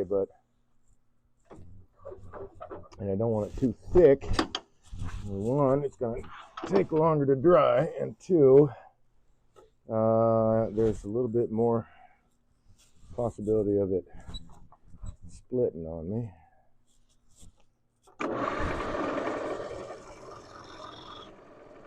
Now, in general,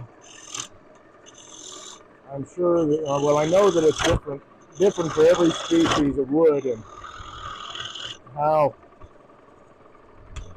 thick of a wall you really need to have when you're cross turning something.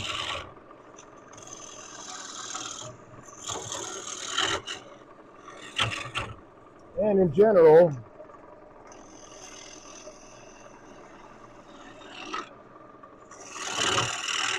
one about, I don't know, maybe an inch to three quarters to an inch. It also depends on your turning skill too, I believe, on how much wood you want to remove or have to work with later. Nope, let's not do that. Let's bring this guy in.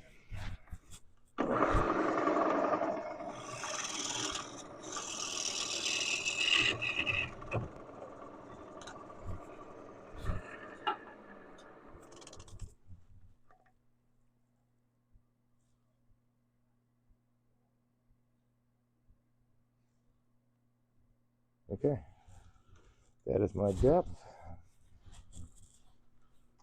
Raise this up a little bit, not too far.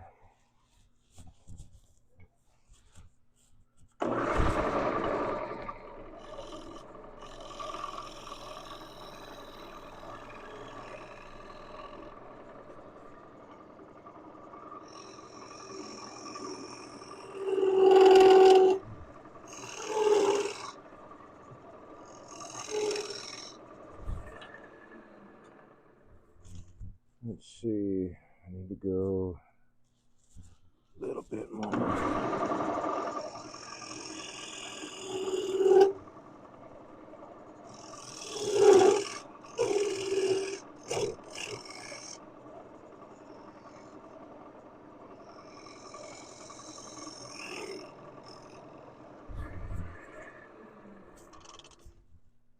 There we go.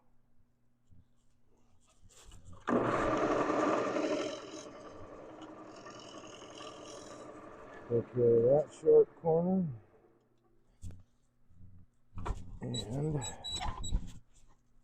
flatten out the bottom a bit.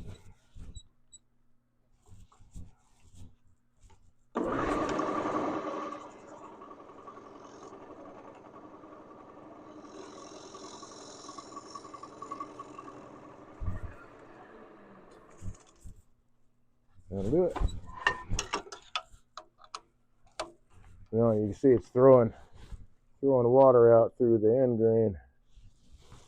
Now this one probably will dry fairly quickly too. But we're looking at what, 3/8 of an inch thickness. I may be off base. We'll see. I'm kind of experimenting myself a little bit, but I think that's probably okay for this wood. Moving on.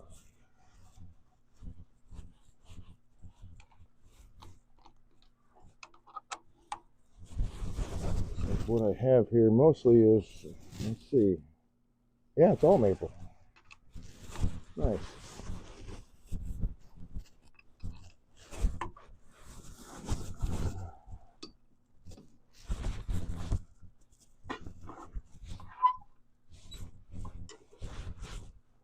Set you right there. Get rid of some shavings. Boy, I'll have to clean this up soon. Okay, so this one I want to leave, well, no, I don't want to leave it too thick.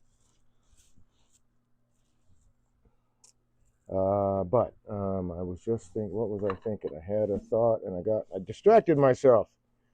Distraction. What was I gonna do? I was gonna do something. Now I don't remember. Okay.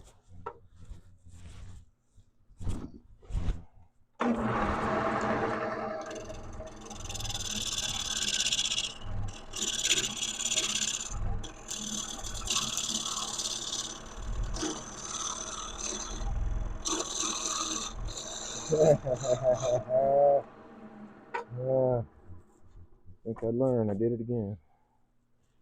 All right. Able to compensate, no problem, but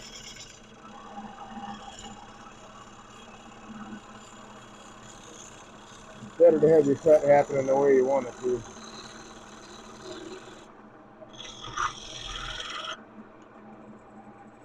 I think,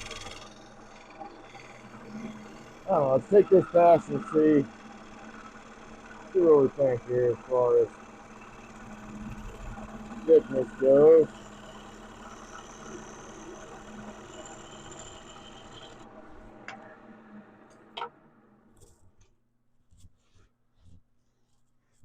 This one was fairly green.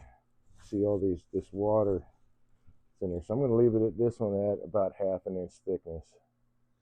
And we'll work it from there. This one I'll leave just a little bit thicker. Oh, shavings everywhere. Gotta love it. Gotta love it.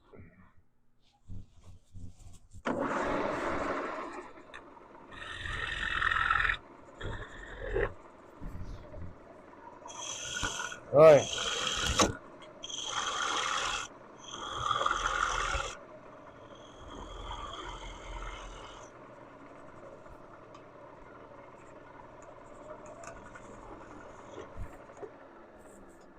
I'm going to adjust this just a wee bit more down.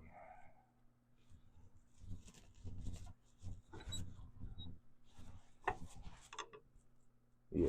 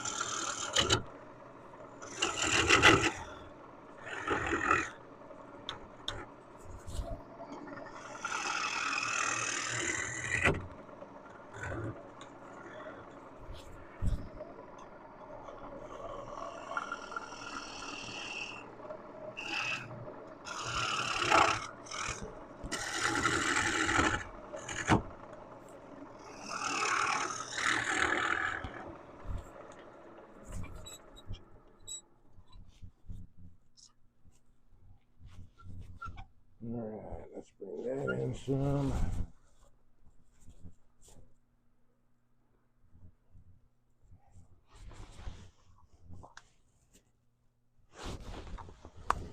Oh, almost got a man down. Get back up there. Standing in a lot of wet shavings. Okay, so that, I'm close to the wall thickness there, so I want to get my depth. While I'm at it, I might as well grab the magic pencil depth gauge.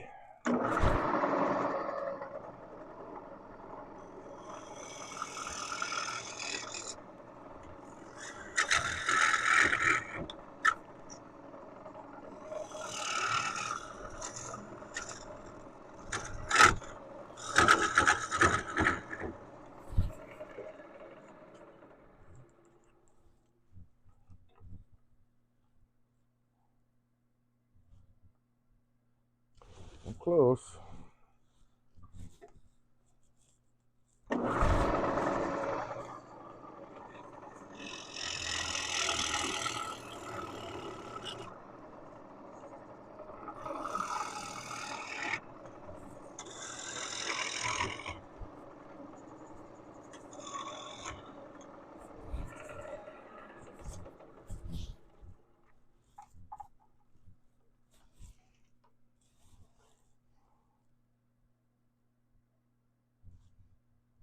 There we go. All right, now I can move on to my scraper. Let's get that in there a little more.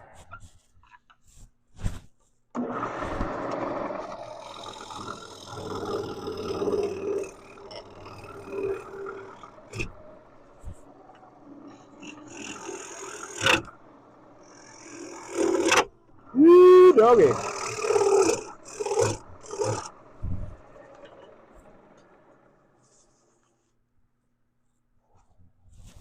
Nice curve.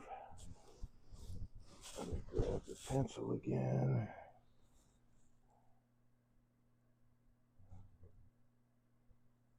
A little bit more.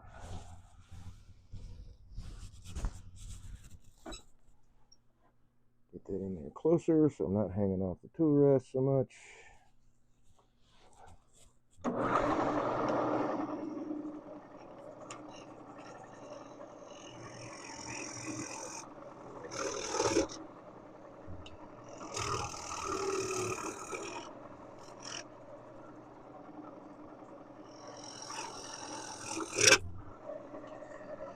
Wow. A little grabby there.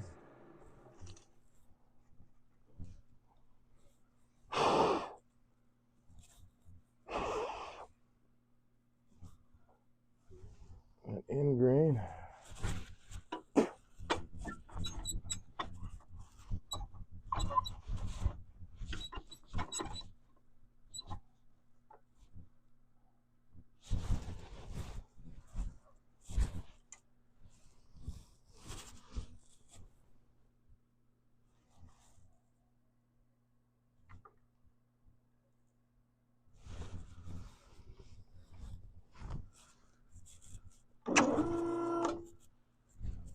Whoops, didn't clear.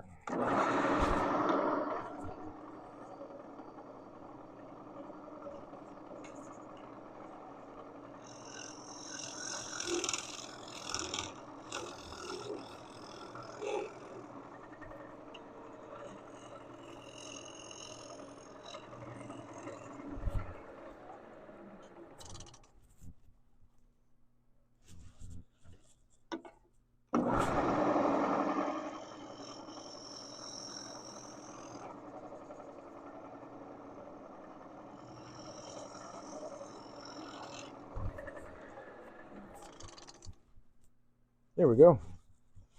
All right, so I got to clean that up now.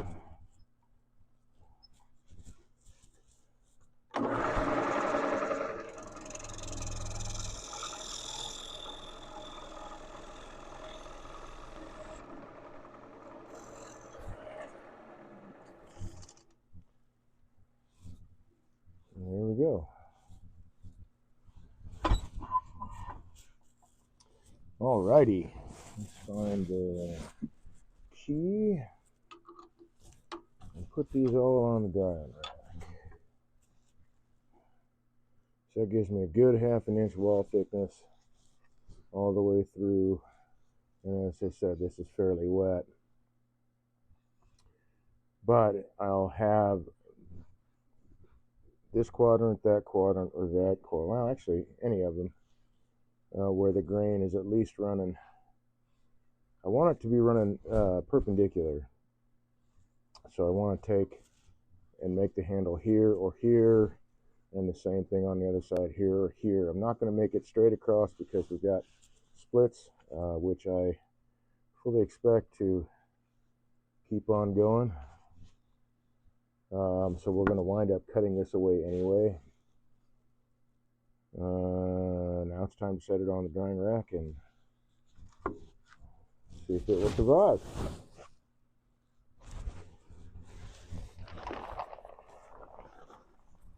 Okay, alley-oop.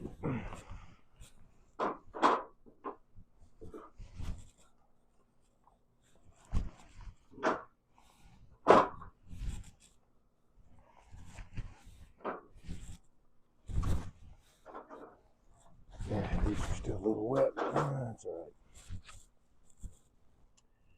Okay. Now let's see, how long is this guy? Oh, that might be perfect. All right, so this feller. Oh, I went right through the center of that. Well, that'll be all right. Okay, so this guy is going to be quite possibly part of a sculpture. So I'm going to work on this guy now.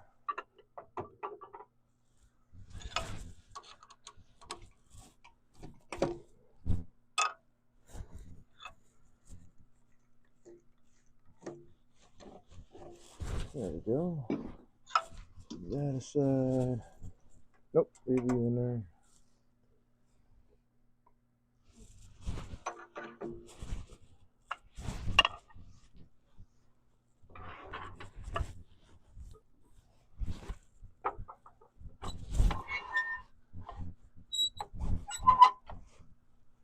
All right, where do I want to make that? Oh, right there, actually.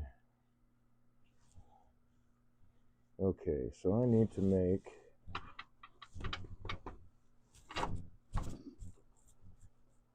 a line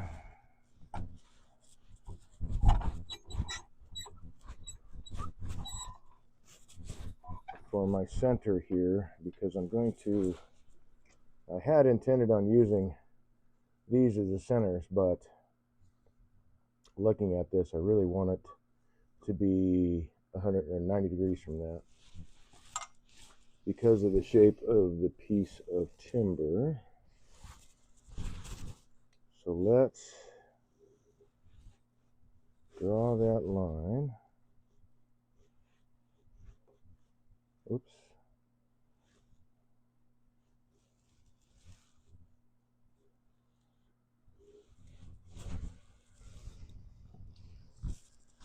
So that I can locate it easier.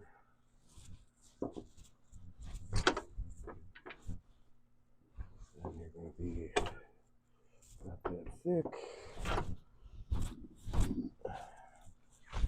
Okay, that's going to be the top, that will be the bottom.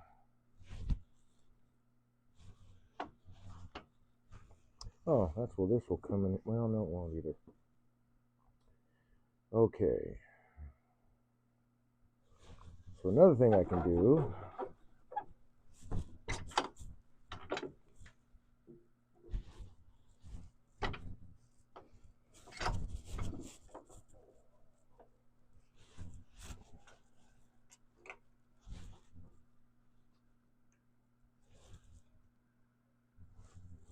maybe. Yeah, okay. So I'm going to locate my center point.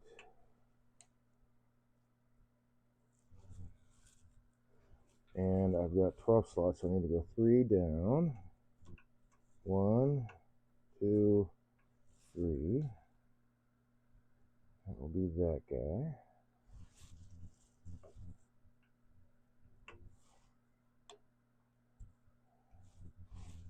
Wrong hole. Also wrong. There we go. So I'm going to go 3 down from that guy. 1, 2. Just use the indexing on my lathe.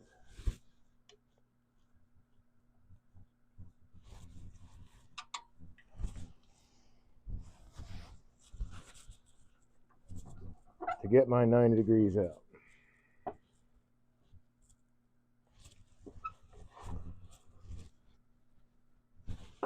And since I happen to have my punch,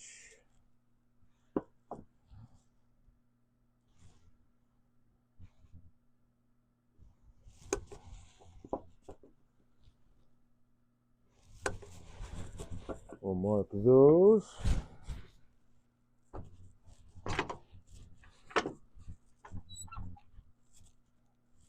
That'll work.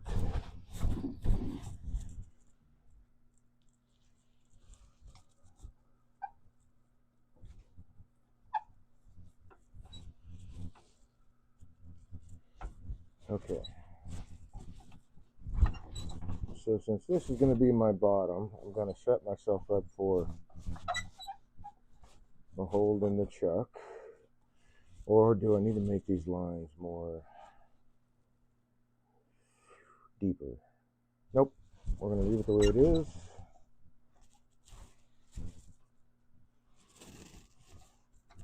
Make sure we're secure.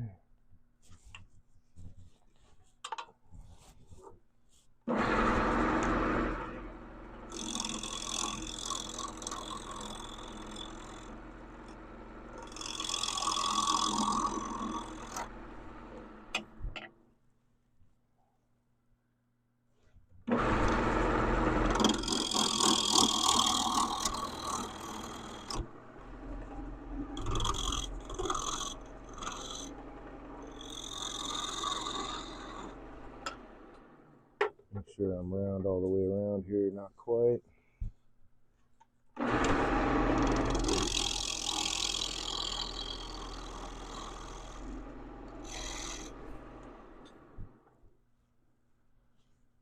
That'll work.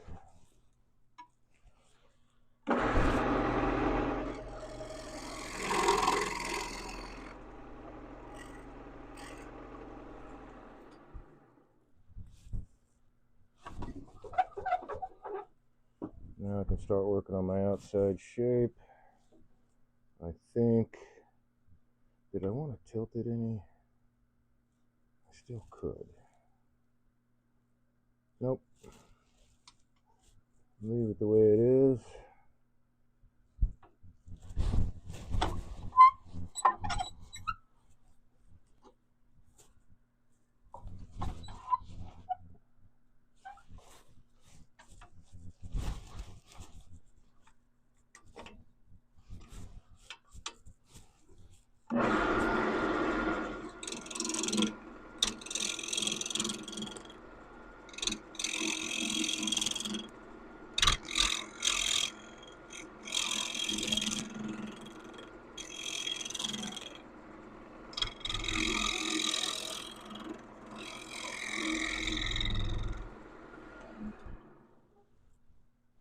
I think that is a good curve.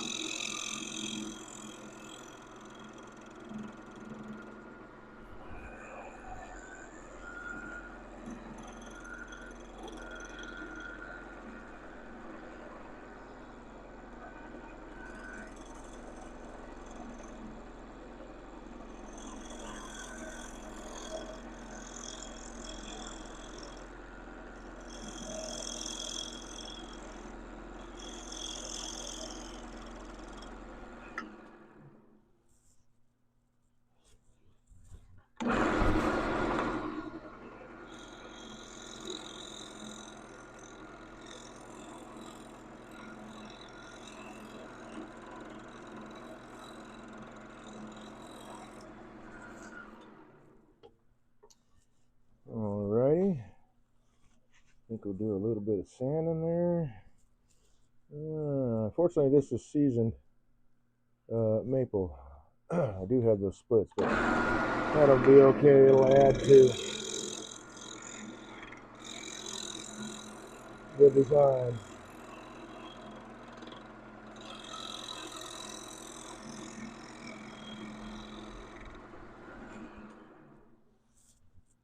Much better. Oh, I'm sorry. I think this is actually oak.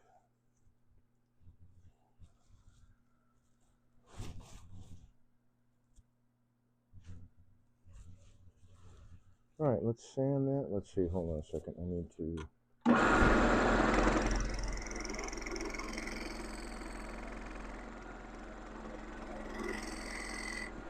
Make sure my dovetail will go in there. Like that. Do I want, and we'll make that the foot. So that'll work out all right. Let's give it just a bit of definition.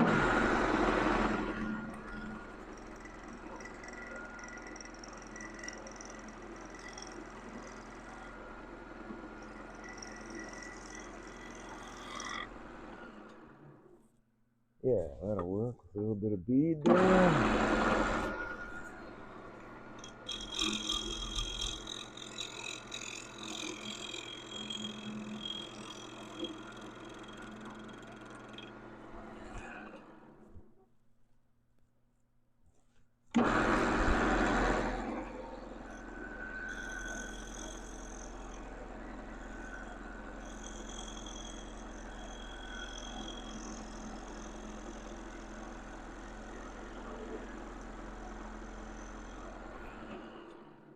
Right to the edge of the bead. A little bit of scraping.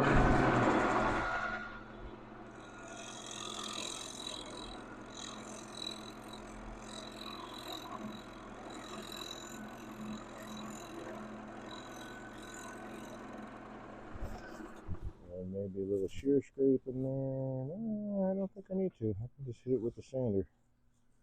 Okay. So then I can do that in the chuck. So I can do the rest in the chuck. So I'll sand these two surfaces.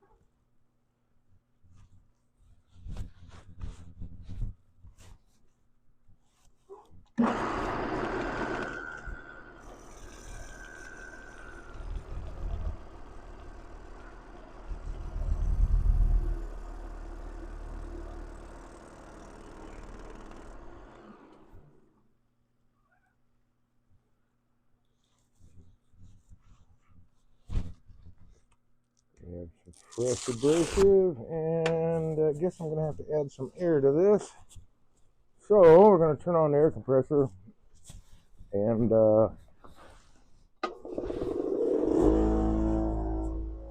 so far it's been my experience that the microphone does cancel out that noise anyway. So let's see, what have I got here? 150, that's what I want.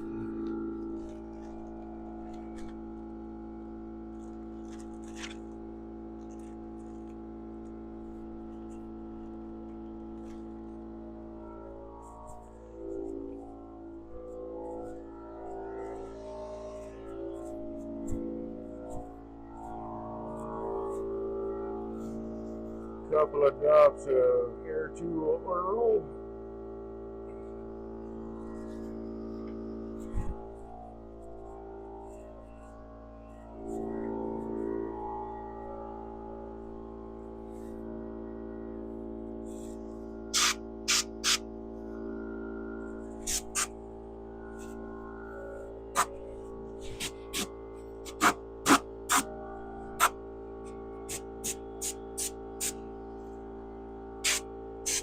Whoops. I see that that's also come loose. Let's see.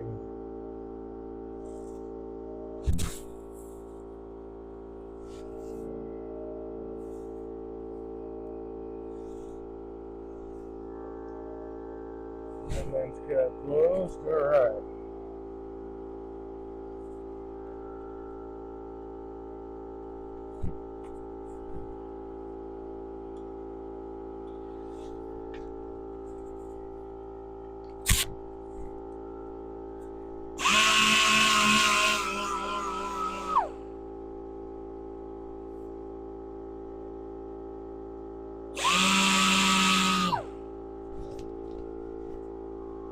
Well, I guess that was all the air I needed.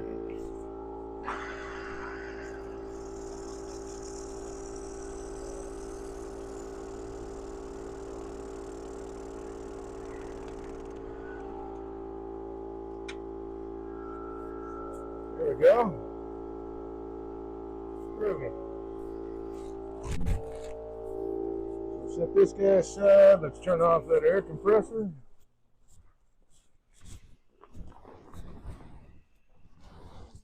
May have to turn it on again later, but for now, I can stay shut off. Let's see.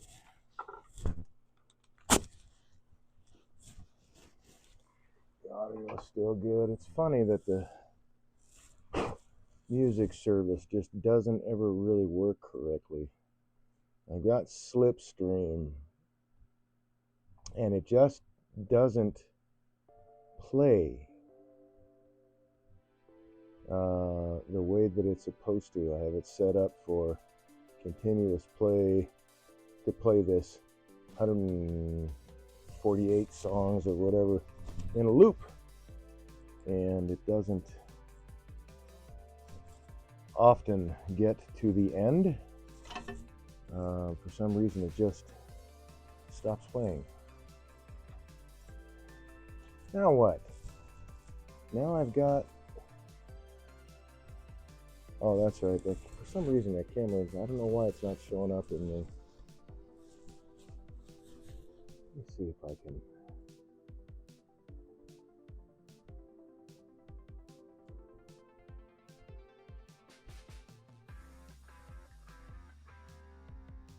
well, that is the right camera, but for some reason it's not showing up on my screen. So I got to do the picture-in-picture, I guess. Continue to do that. So I can make sure, do my best to make sure that I'm videoing the whole thing instead of like, I don't know, having you point at the floor or not have an image at all. Cover the keyboard. Get this guy away.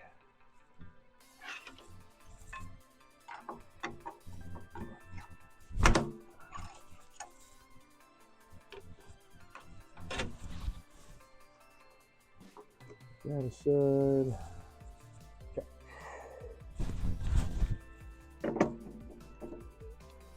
Once again, going with the Vic Mark just because it's such a super solid chuck, man.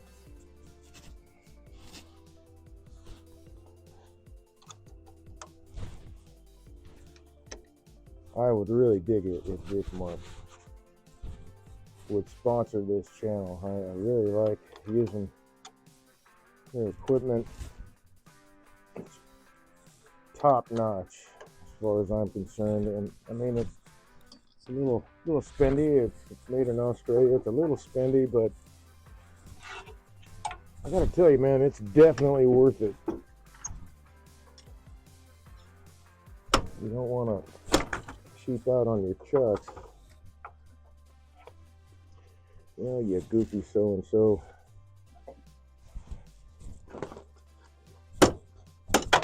There we go.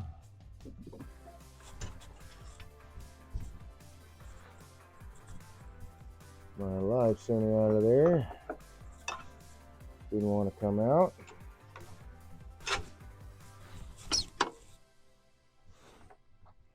And I'm sure I've knocked the camera several times. Let's move this guy back.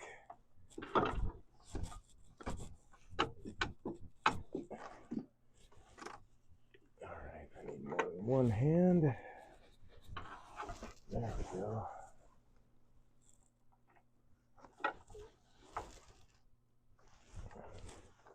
I got this little light. It's made in I want to say China, but actually I think that it might be Japanese. Nope, it's Chinese. It's not a bad little lamp. I mean, but the issue is that it's just not that bright. I have to get really close up, which is nice that it has a gooseneck, so I can get it out of the way of my tool handles.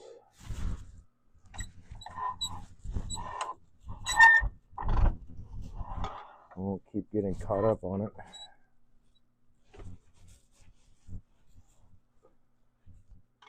But the magnet, like I say, the magnet is not the best.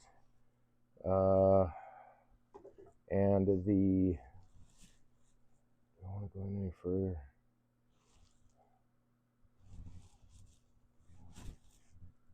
That's what I thought. All right, I'm going to straighten up the outside edges here.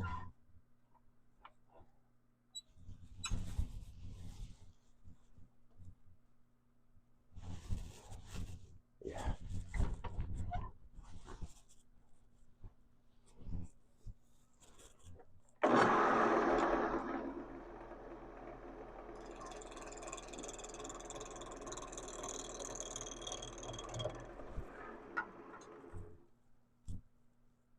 See what that did for me, not quite enough.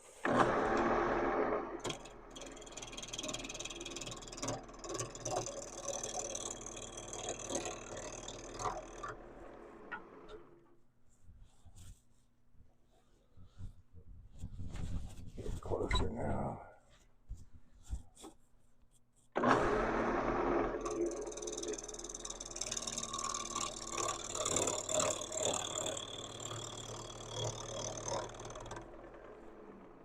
Just carrying the curve all the way through. It's actually going to end somewhere right there, but I wanted to carry it all the way through.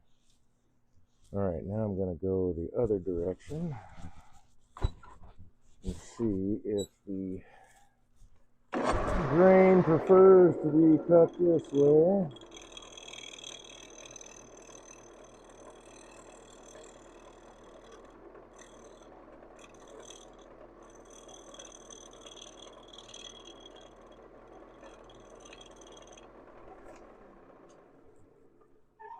Yep, that's a cleaner cut. I think I will take a wee bit more of that.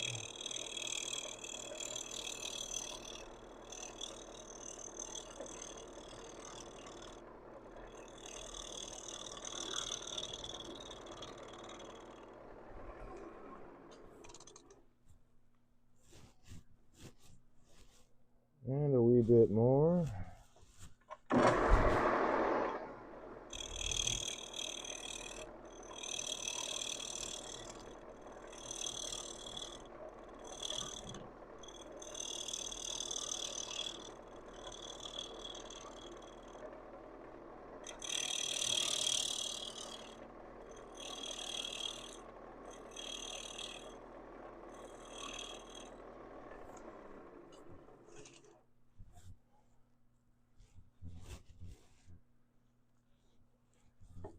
I don't even think I'm touching that.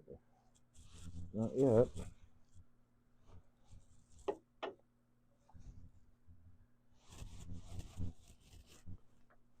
Okay. Now I'm going to start on my bowl shape.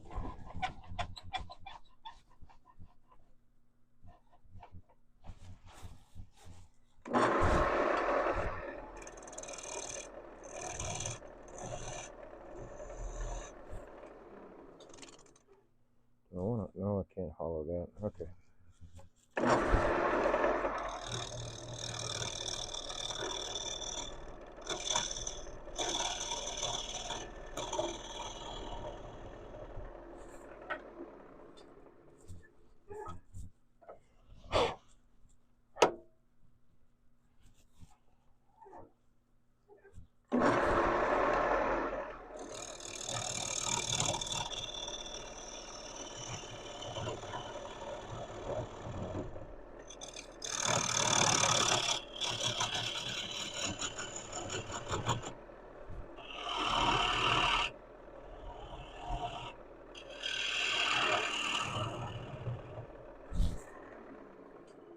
I want to go down to right about here.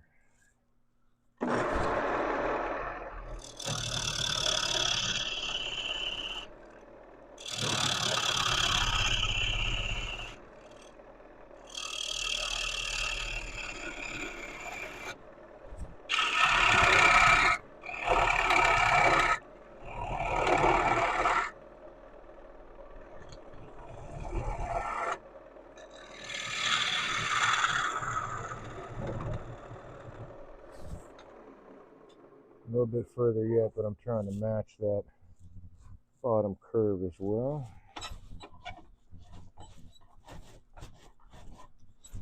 Why am I mucking around with that so much? Just move the tool rest part. There we go.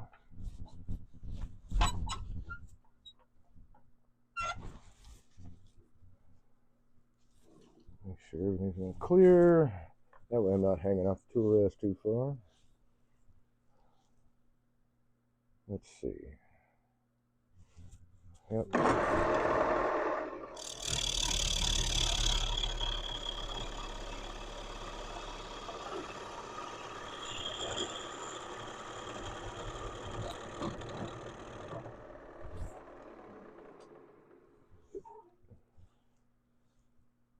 And a little bit more.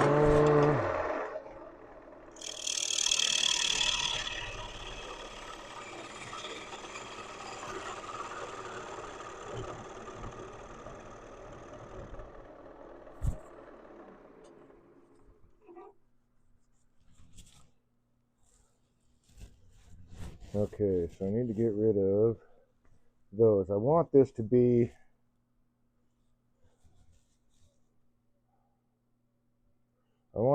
a little bit thicker piece.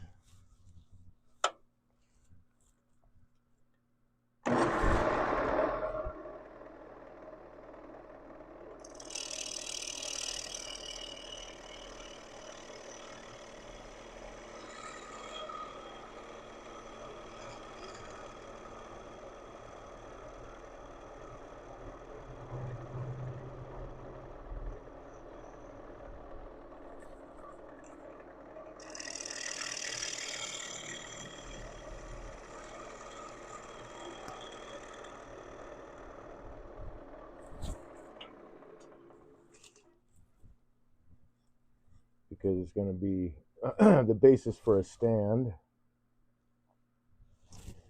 And I think I want to go back over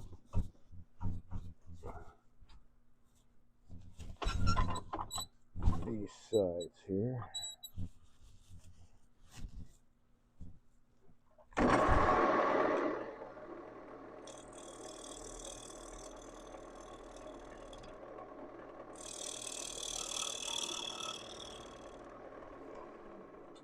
I got a little bit of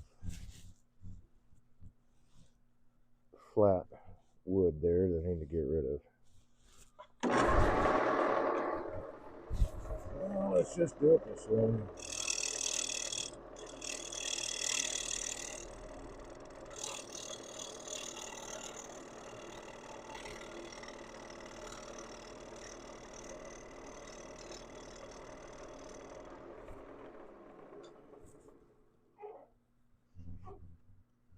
Okay, the flatness is gone.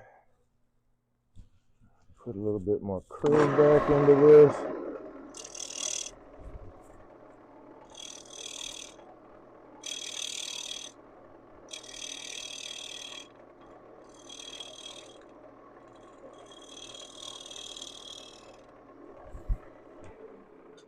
Just about right. Just about.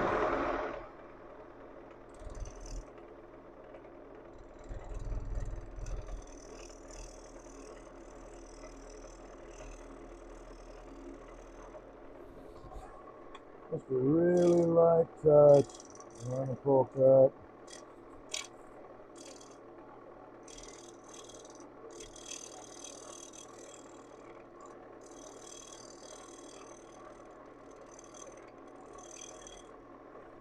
Move in the middle there. Now I can sand that. And then, let's see, do I want this a little bit thinner? I think I'll make it just a little bit thinner, maybe a quarter of an inch thinner. Come on, get on there. Okay, that should all clear.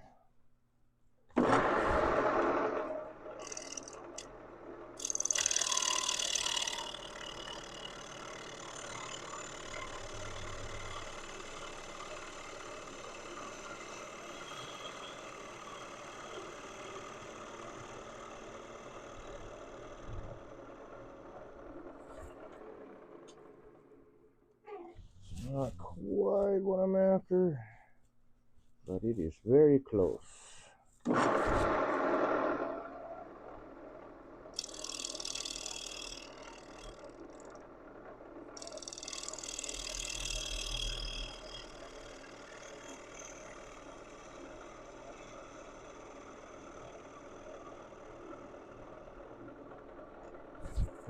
There we go. Love working with sharp tools, man.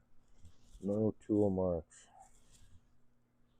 No bouncing around. Yeah, that looks pretty good. I can clean all this stuff up by sanding.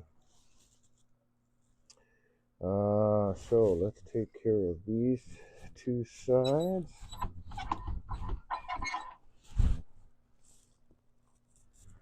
Oh, wow. Actually, I never did even speed the lathe up. I'm turning this at 400 RPM the whole time. But that's a good thing to pass on. It's not, the lathe speed isn't what determines how well your pieces come out. It's your tool skills. So it doesn't matter. Don't get hung up on like lathe speed. Like it has to be.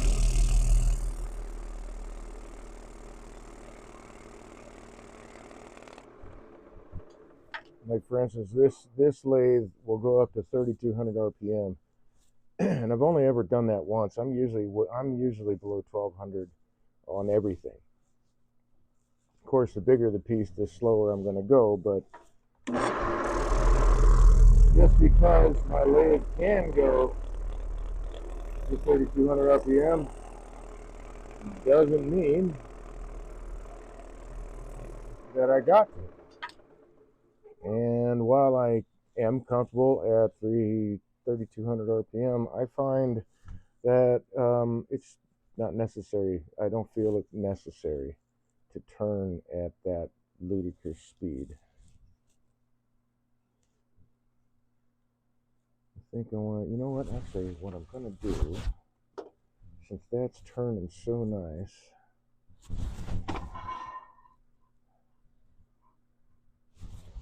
oh, that's too tall. I think that might be okay right there. Need another burr, yep, it's still a little tall. So I'll put a burr on my negative rake scraper and we'll just put a nice surface on that. That way I can avoid sanding it.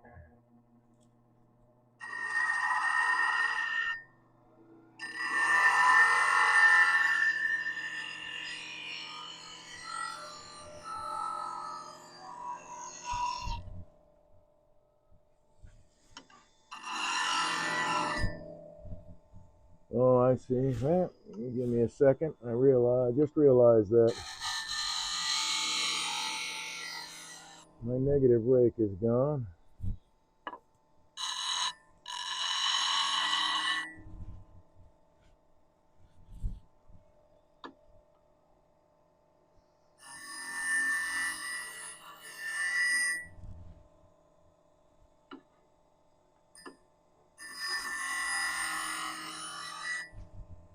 There we go.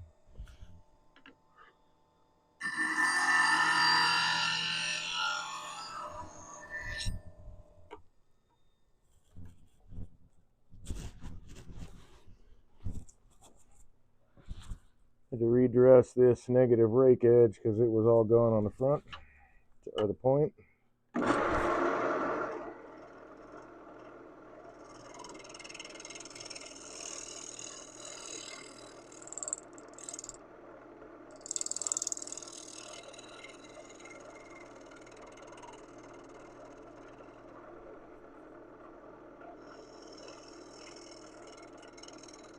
Just making some really light passes, just engaging that burr.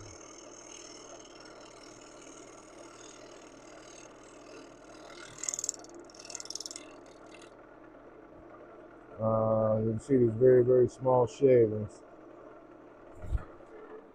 Just needs a light touch. We just want to clean that surface up. Oh man, that looks really nice. I don't know that this surface is actually going to be seen,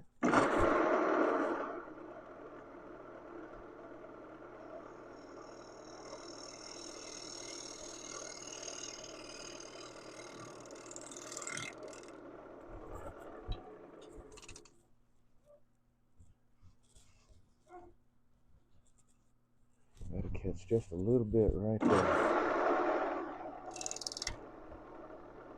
Another piece break off the edge.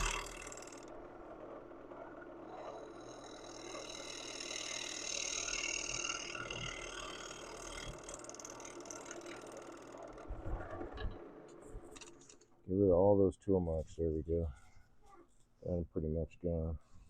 So I'll need to sand that edge right there. So we'll sand this edge too. Looks like they both got a little bit of breakout. So instead of sanding,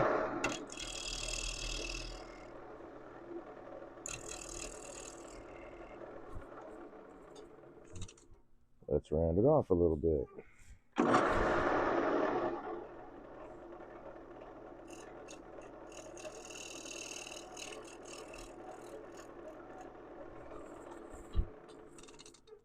Lovely. Ah, look at that. I got a big piece broken out. Oh, I got some beetle damage too. Well, I think that that's not going to fly.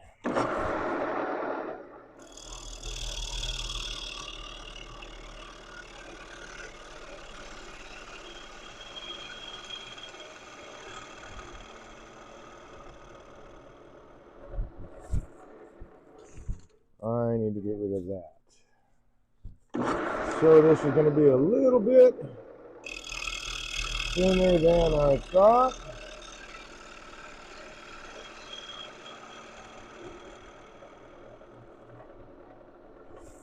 Which is quite all right.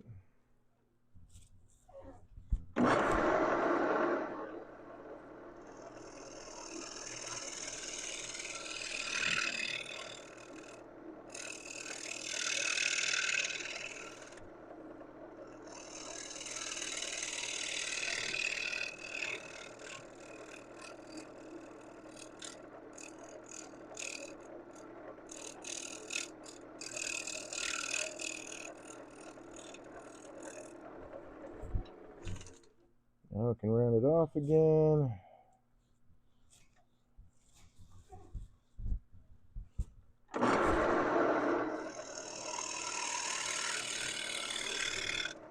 Curve wasn't right.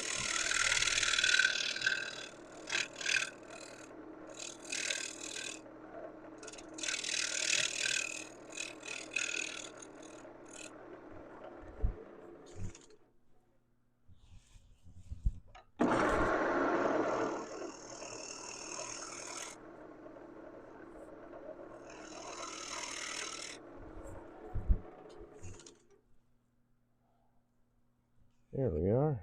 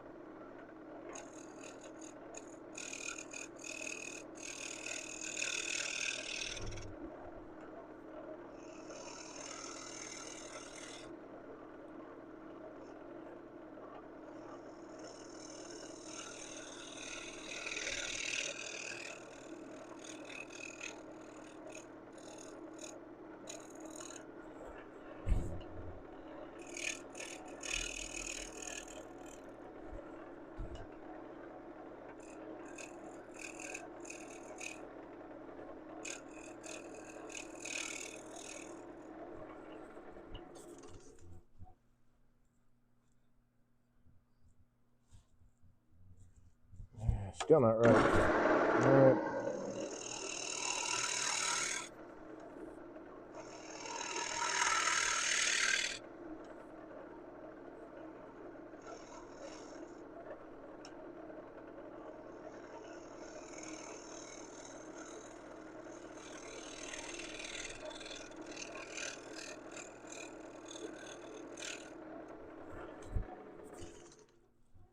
There it is.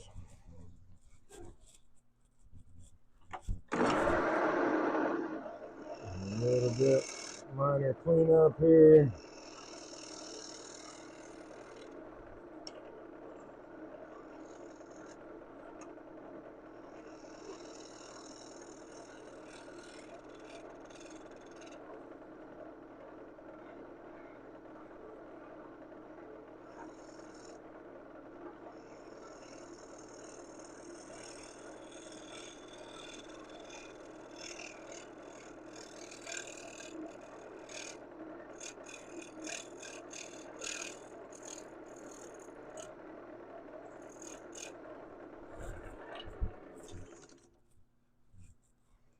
there we have it. Very cool. Got a little bit of a bump right there, so just a bit.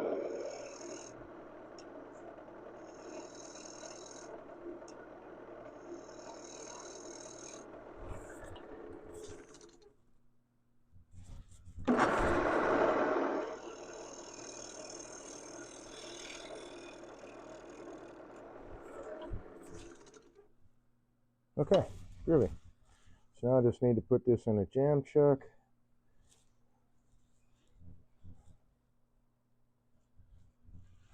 And finish the bottom. Key. Who's got the key? There's the key.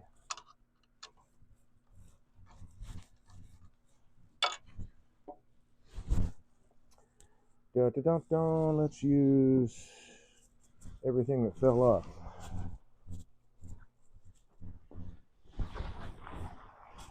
Let's see, would that one work? Maybe. That one might work better.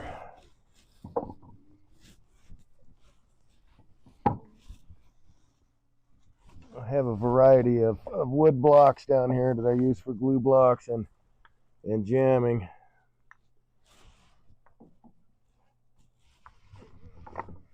And they all have fallen into the shavings because of the vibration of the lathe when I was turning those bigger pieces. Well, and then taking everything off center, right? Move it off to the side, changing the axis. I think that'll fit there. Yes.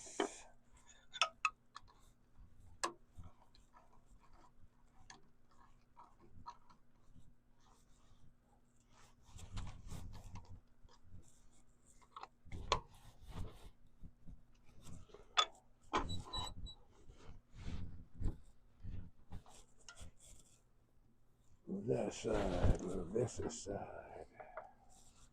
move this aside.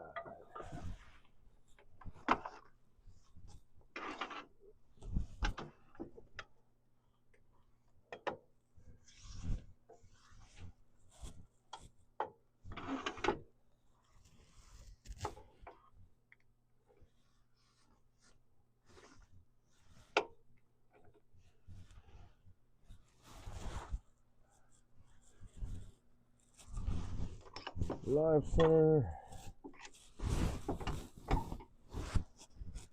There's something in there. There's something in there.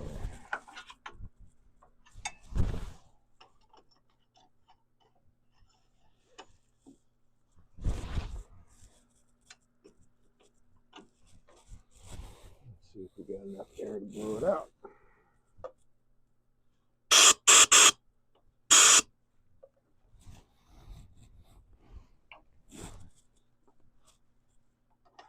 There we go.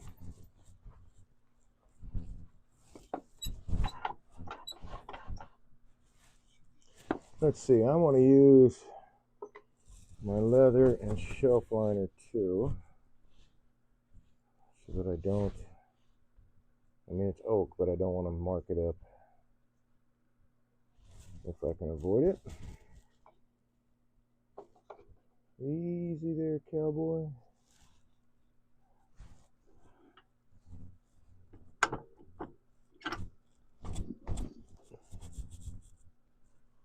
See if that's running through.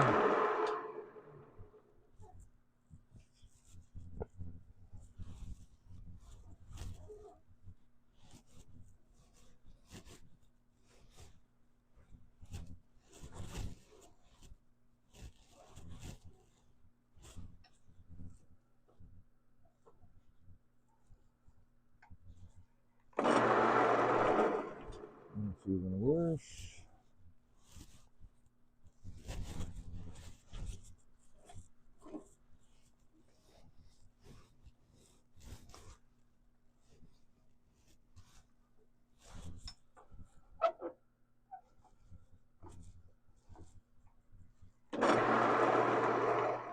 There we go. I think that'll work. Let's see. Yep, this should work fine.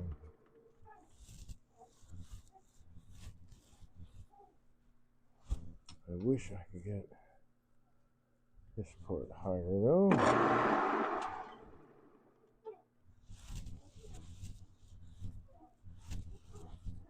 Okay, that's really close. Bogouch.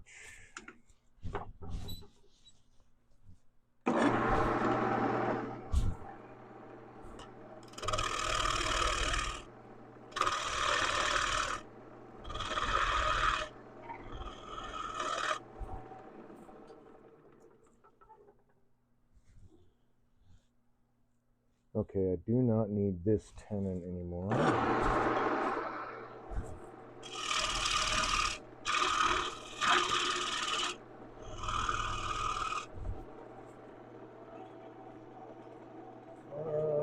Where'd you go?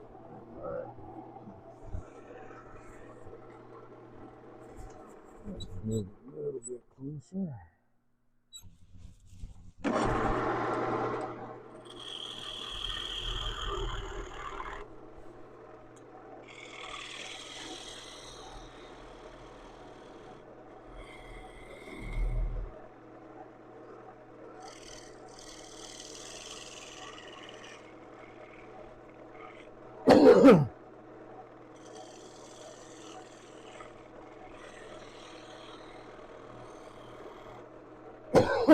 Excuse me.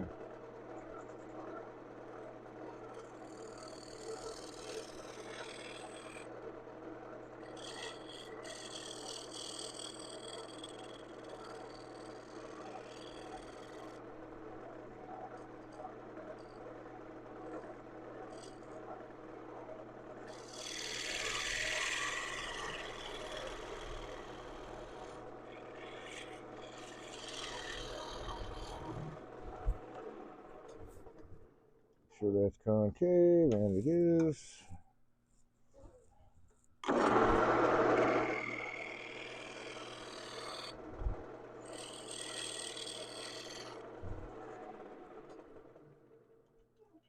All right.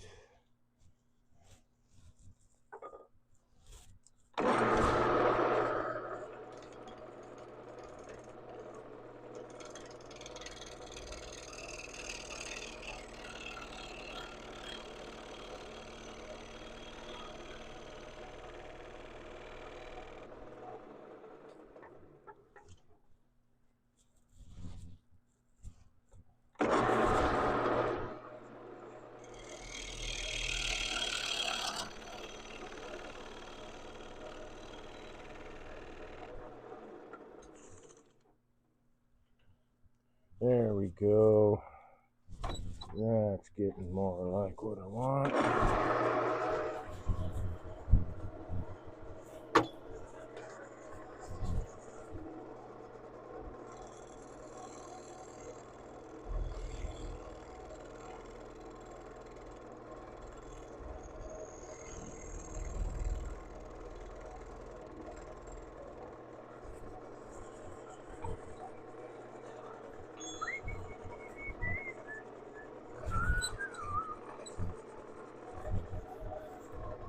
And do a little shear scraping here.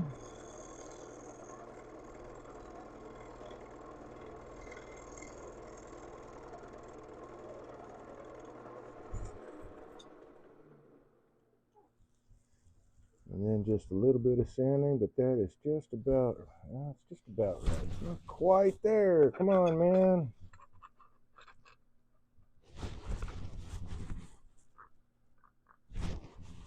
In the words of Maxwell Smart, missed it by that much.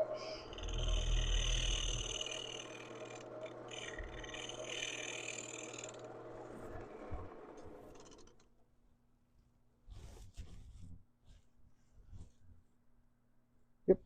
Okay. So I'm going to take this. Am I taking that foot down a little bit? Or I'm going to, no, I'm going to leave it the way it is.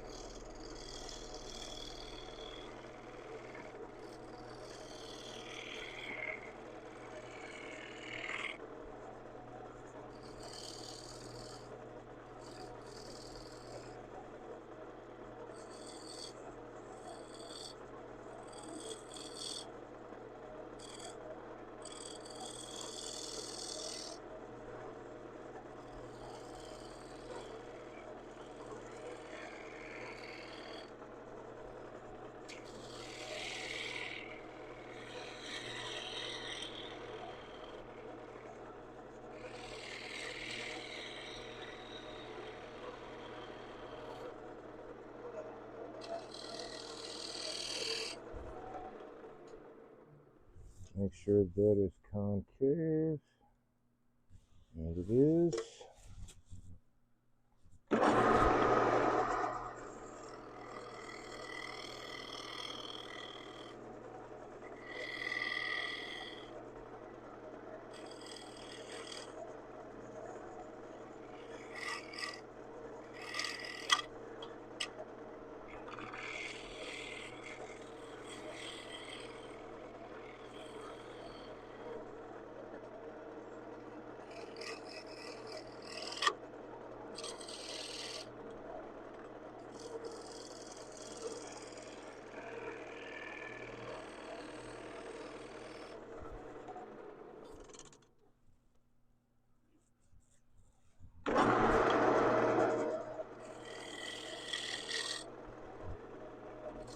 Oh, looks like I'm gonna have to adjust anyway.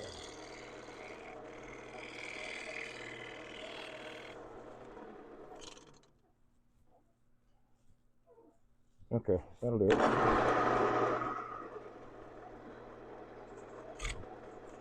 Well, easy there, cowboy. What do you want to do that for?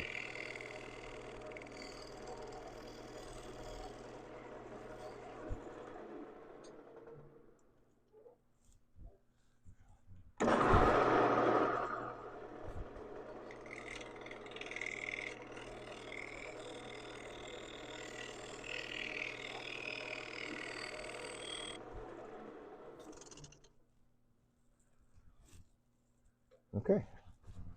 Now we just do a little bit of sanding.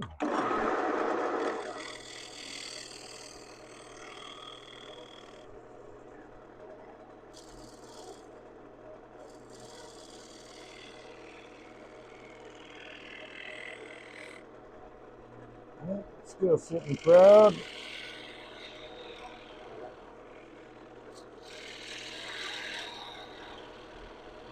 Okay, my intention was to leave it the way it was, but I guess that didn't work out.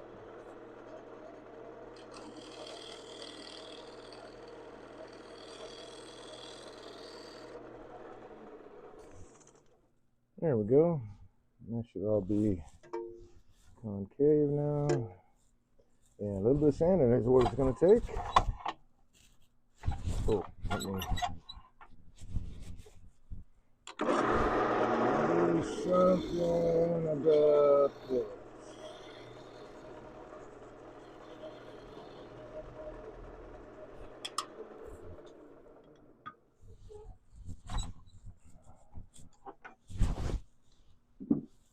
We're doing on time. Not bad. All right, cool.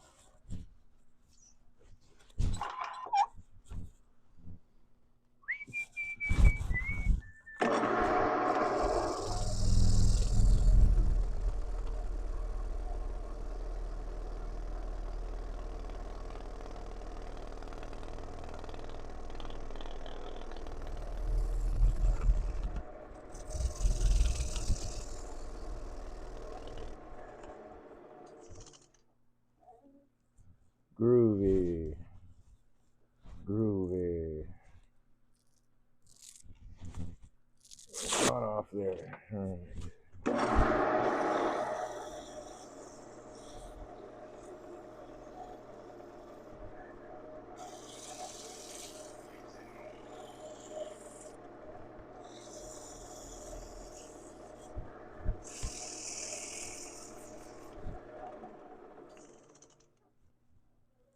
Cool.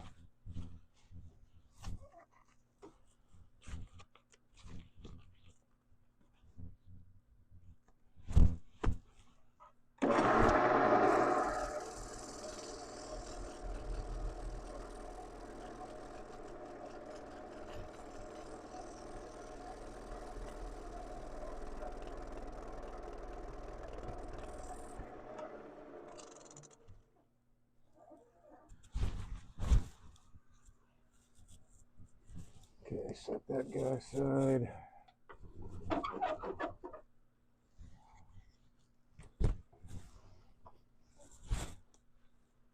Break off that nubbin.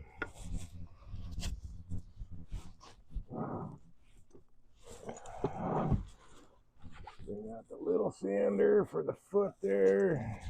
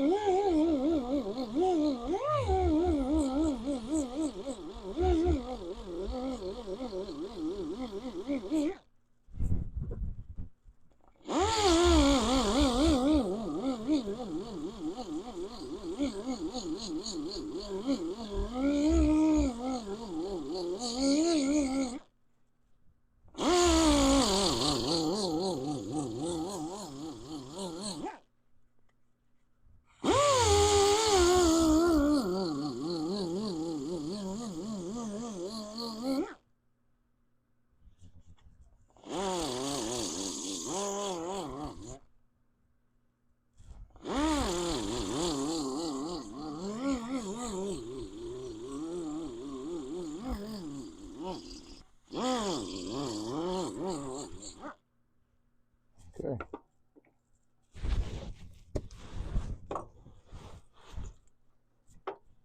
Let go. Turn that light off because I need this.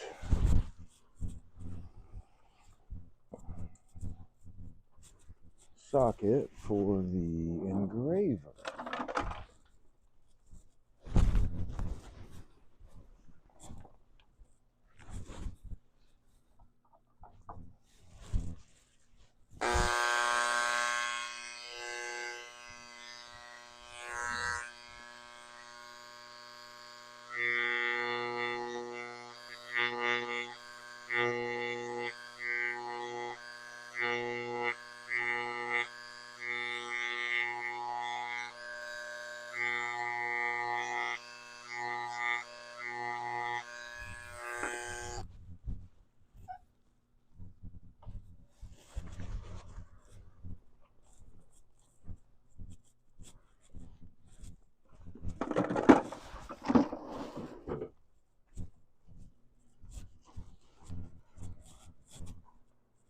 Whoop, alley-oop. Okay, put this guy back.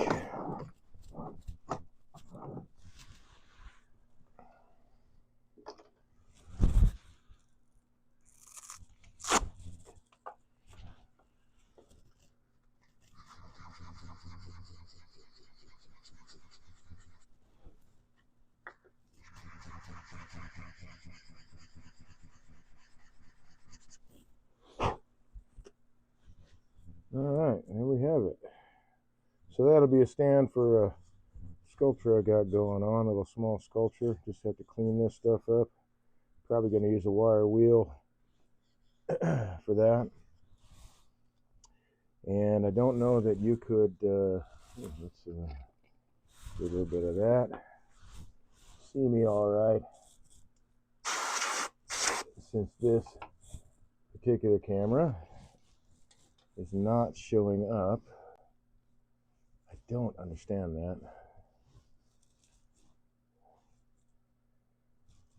I wonder if this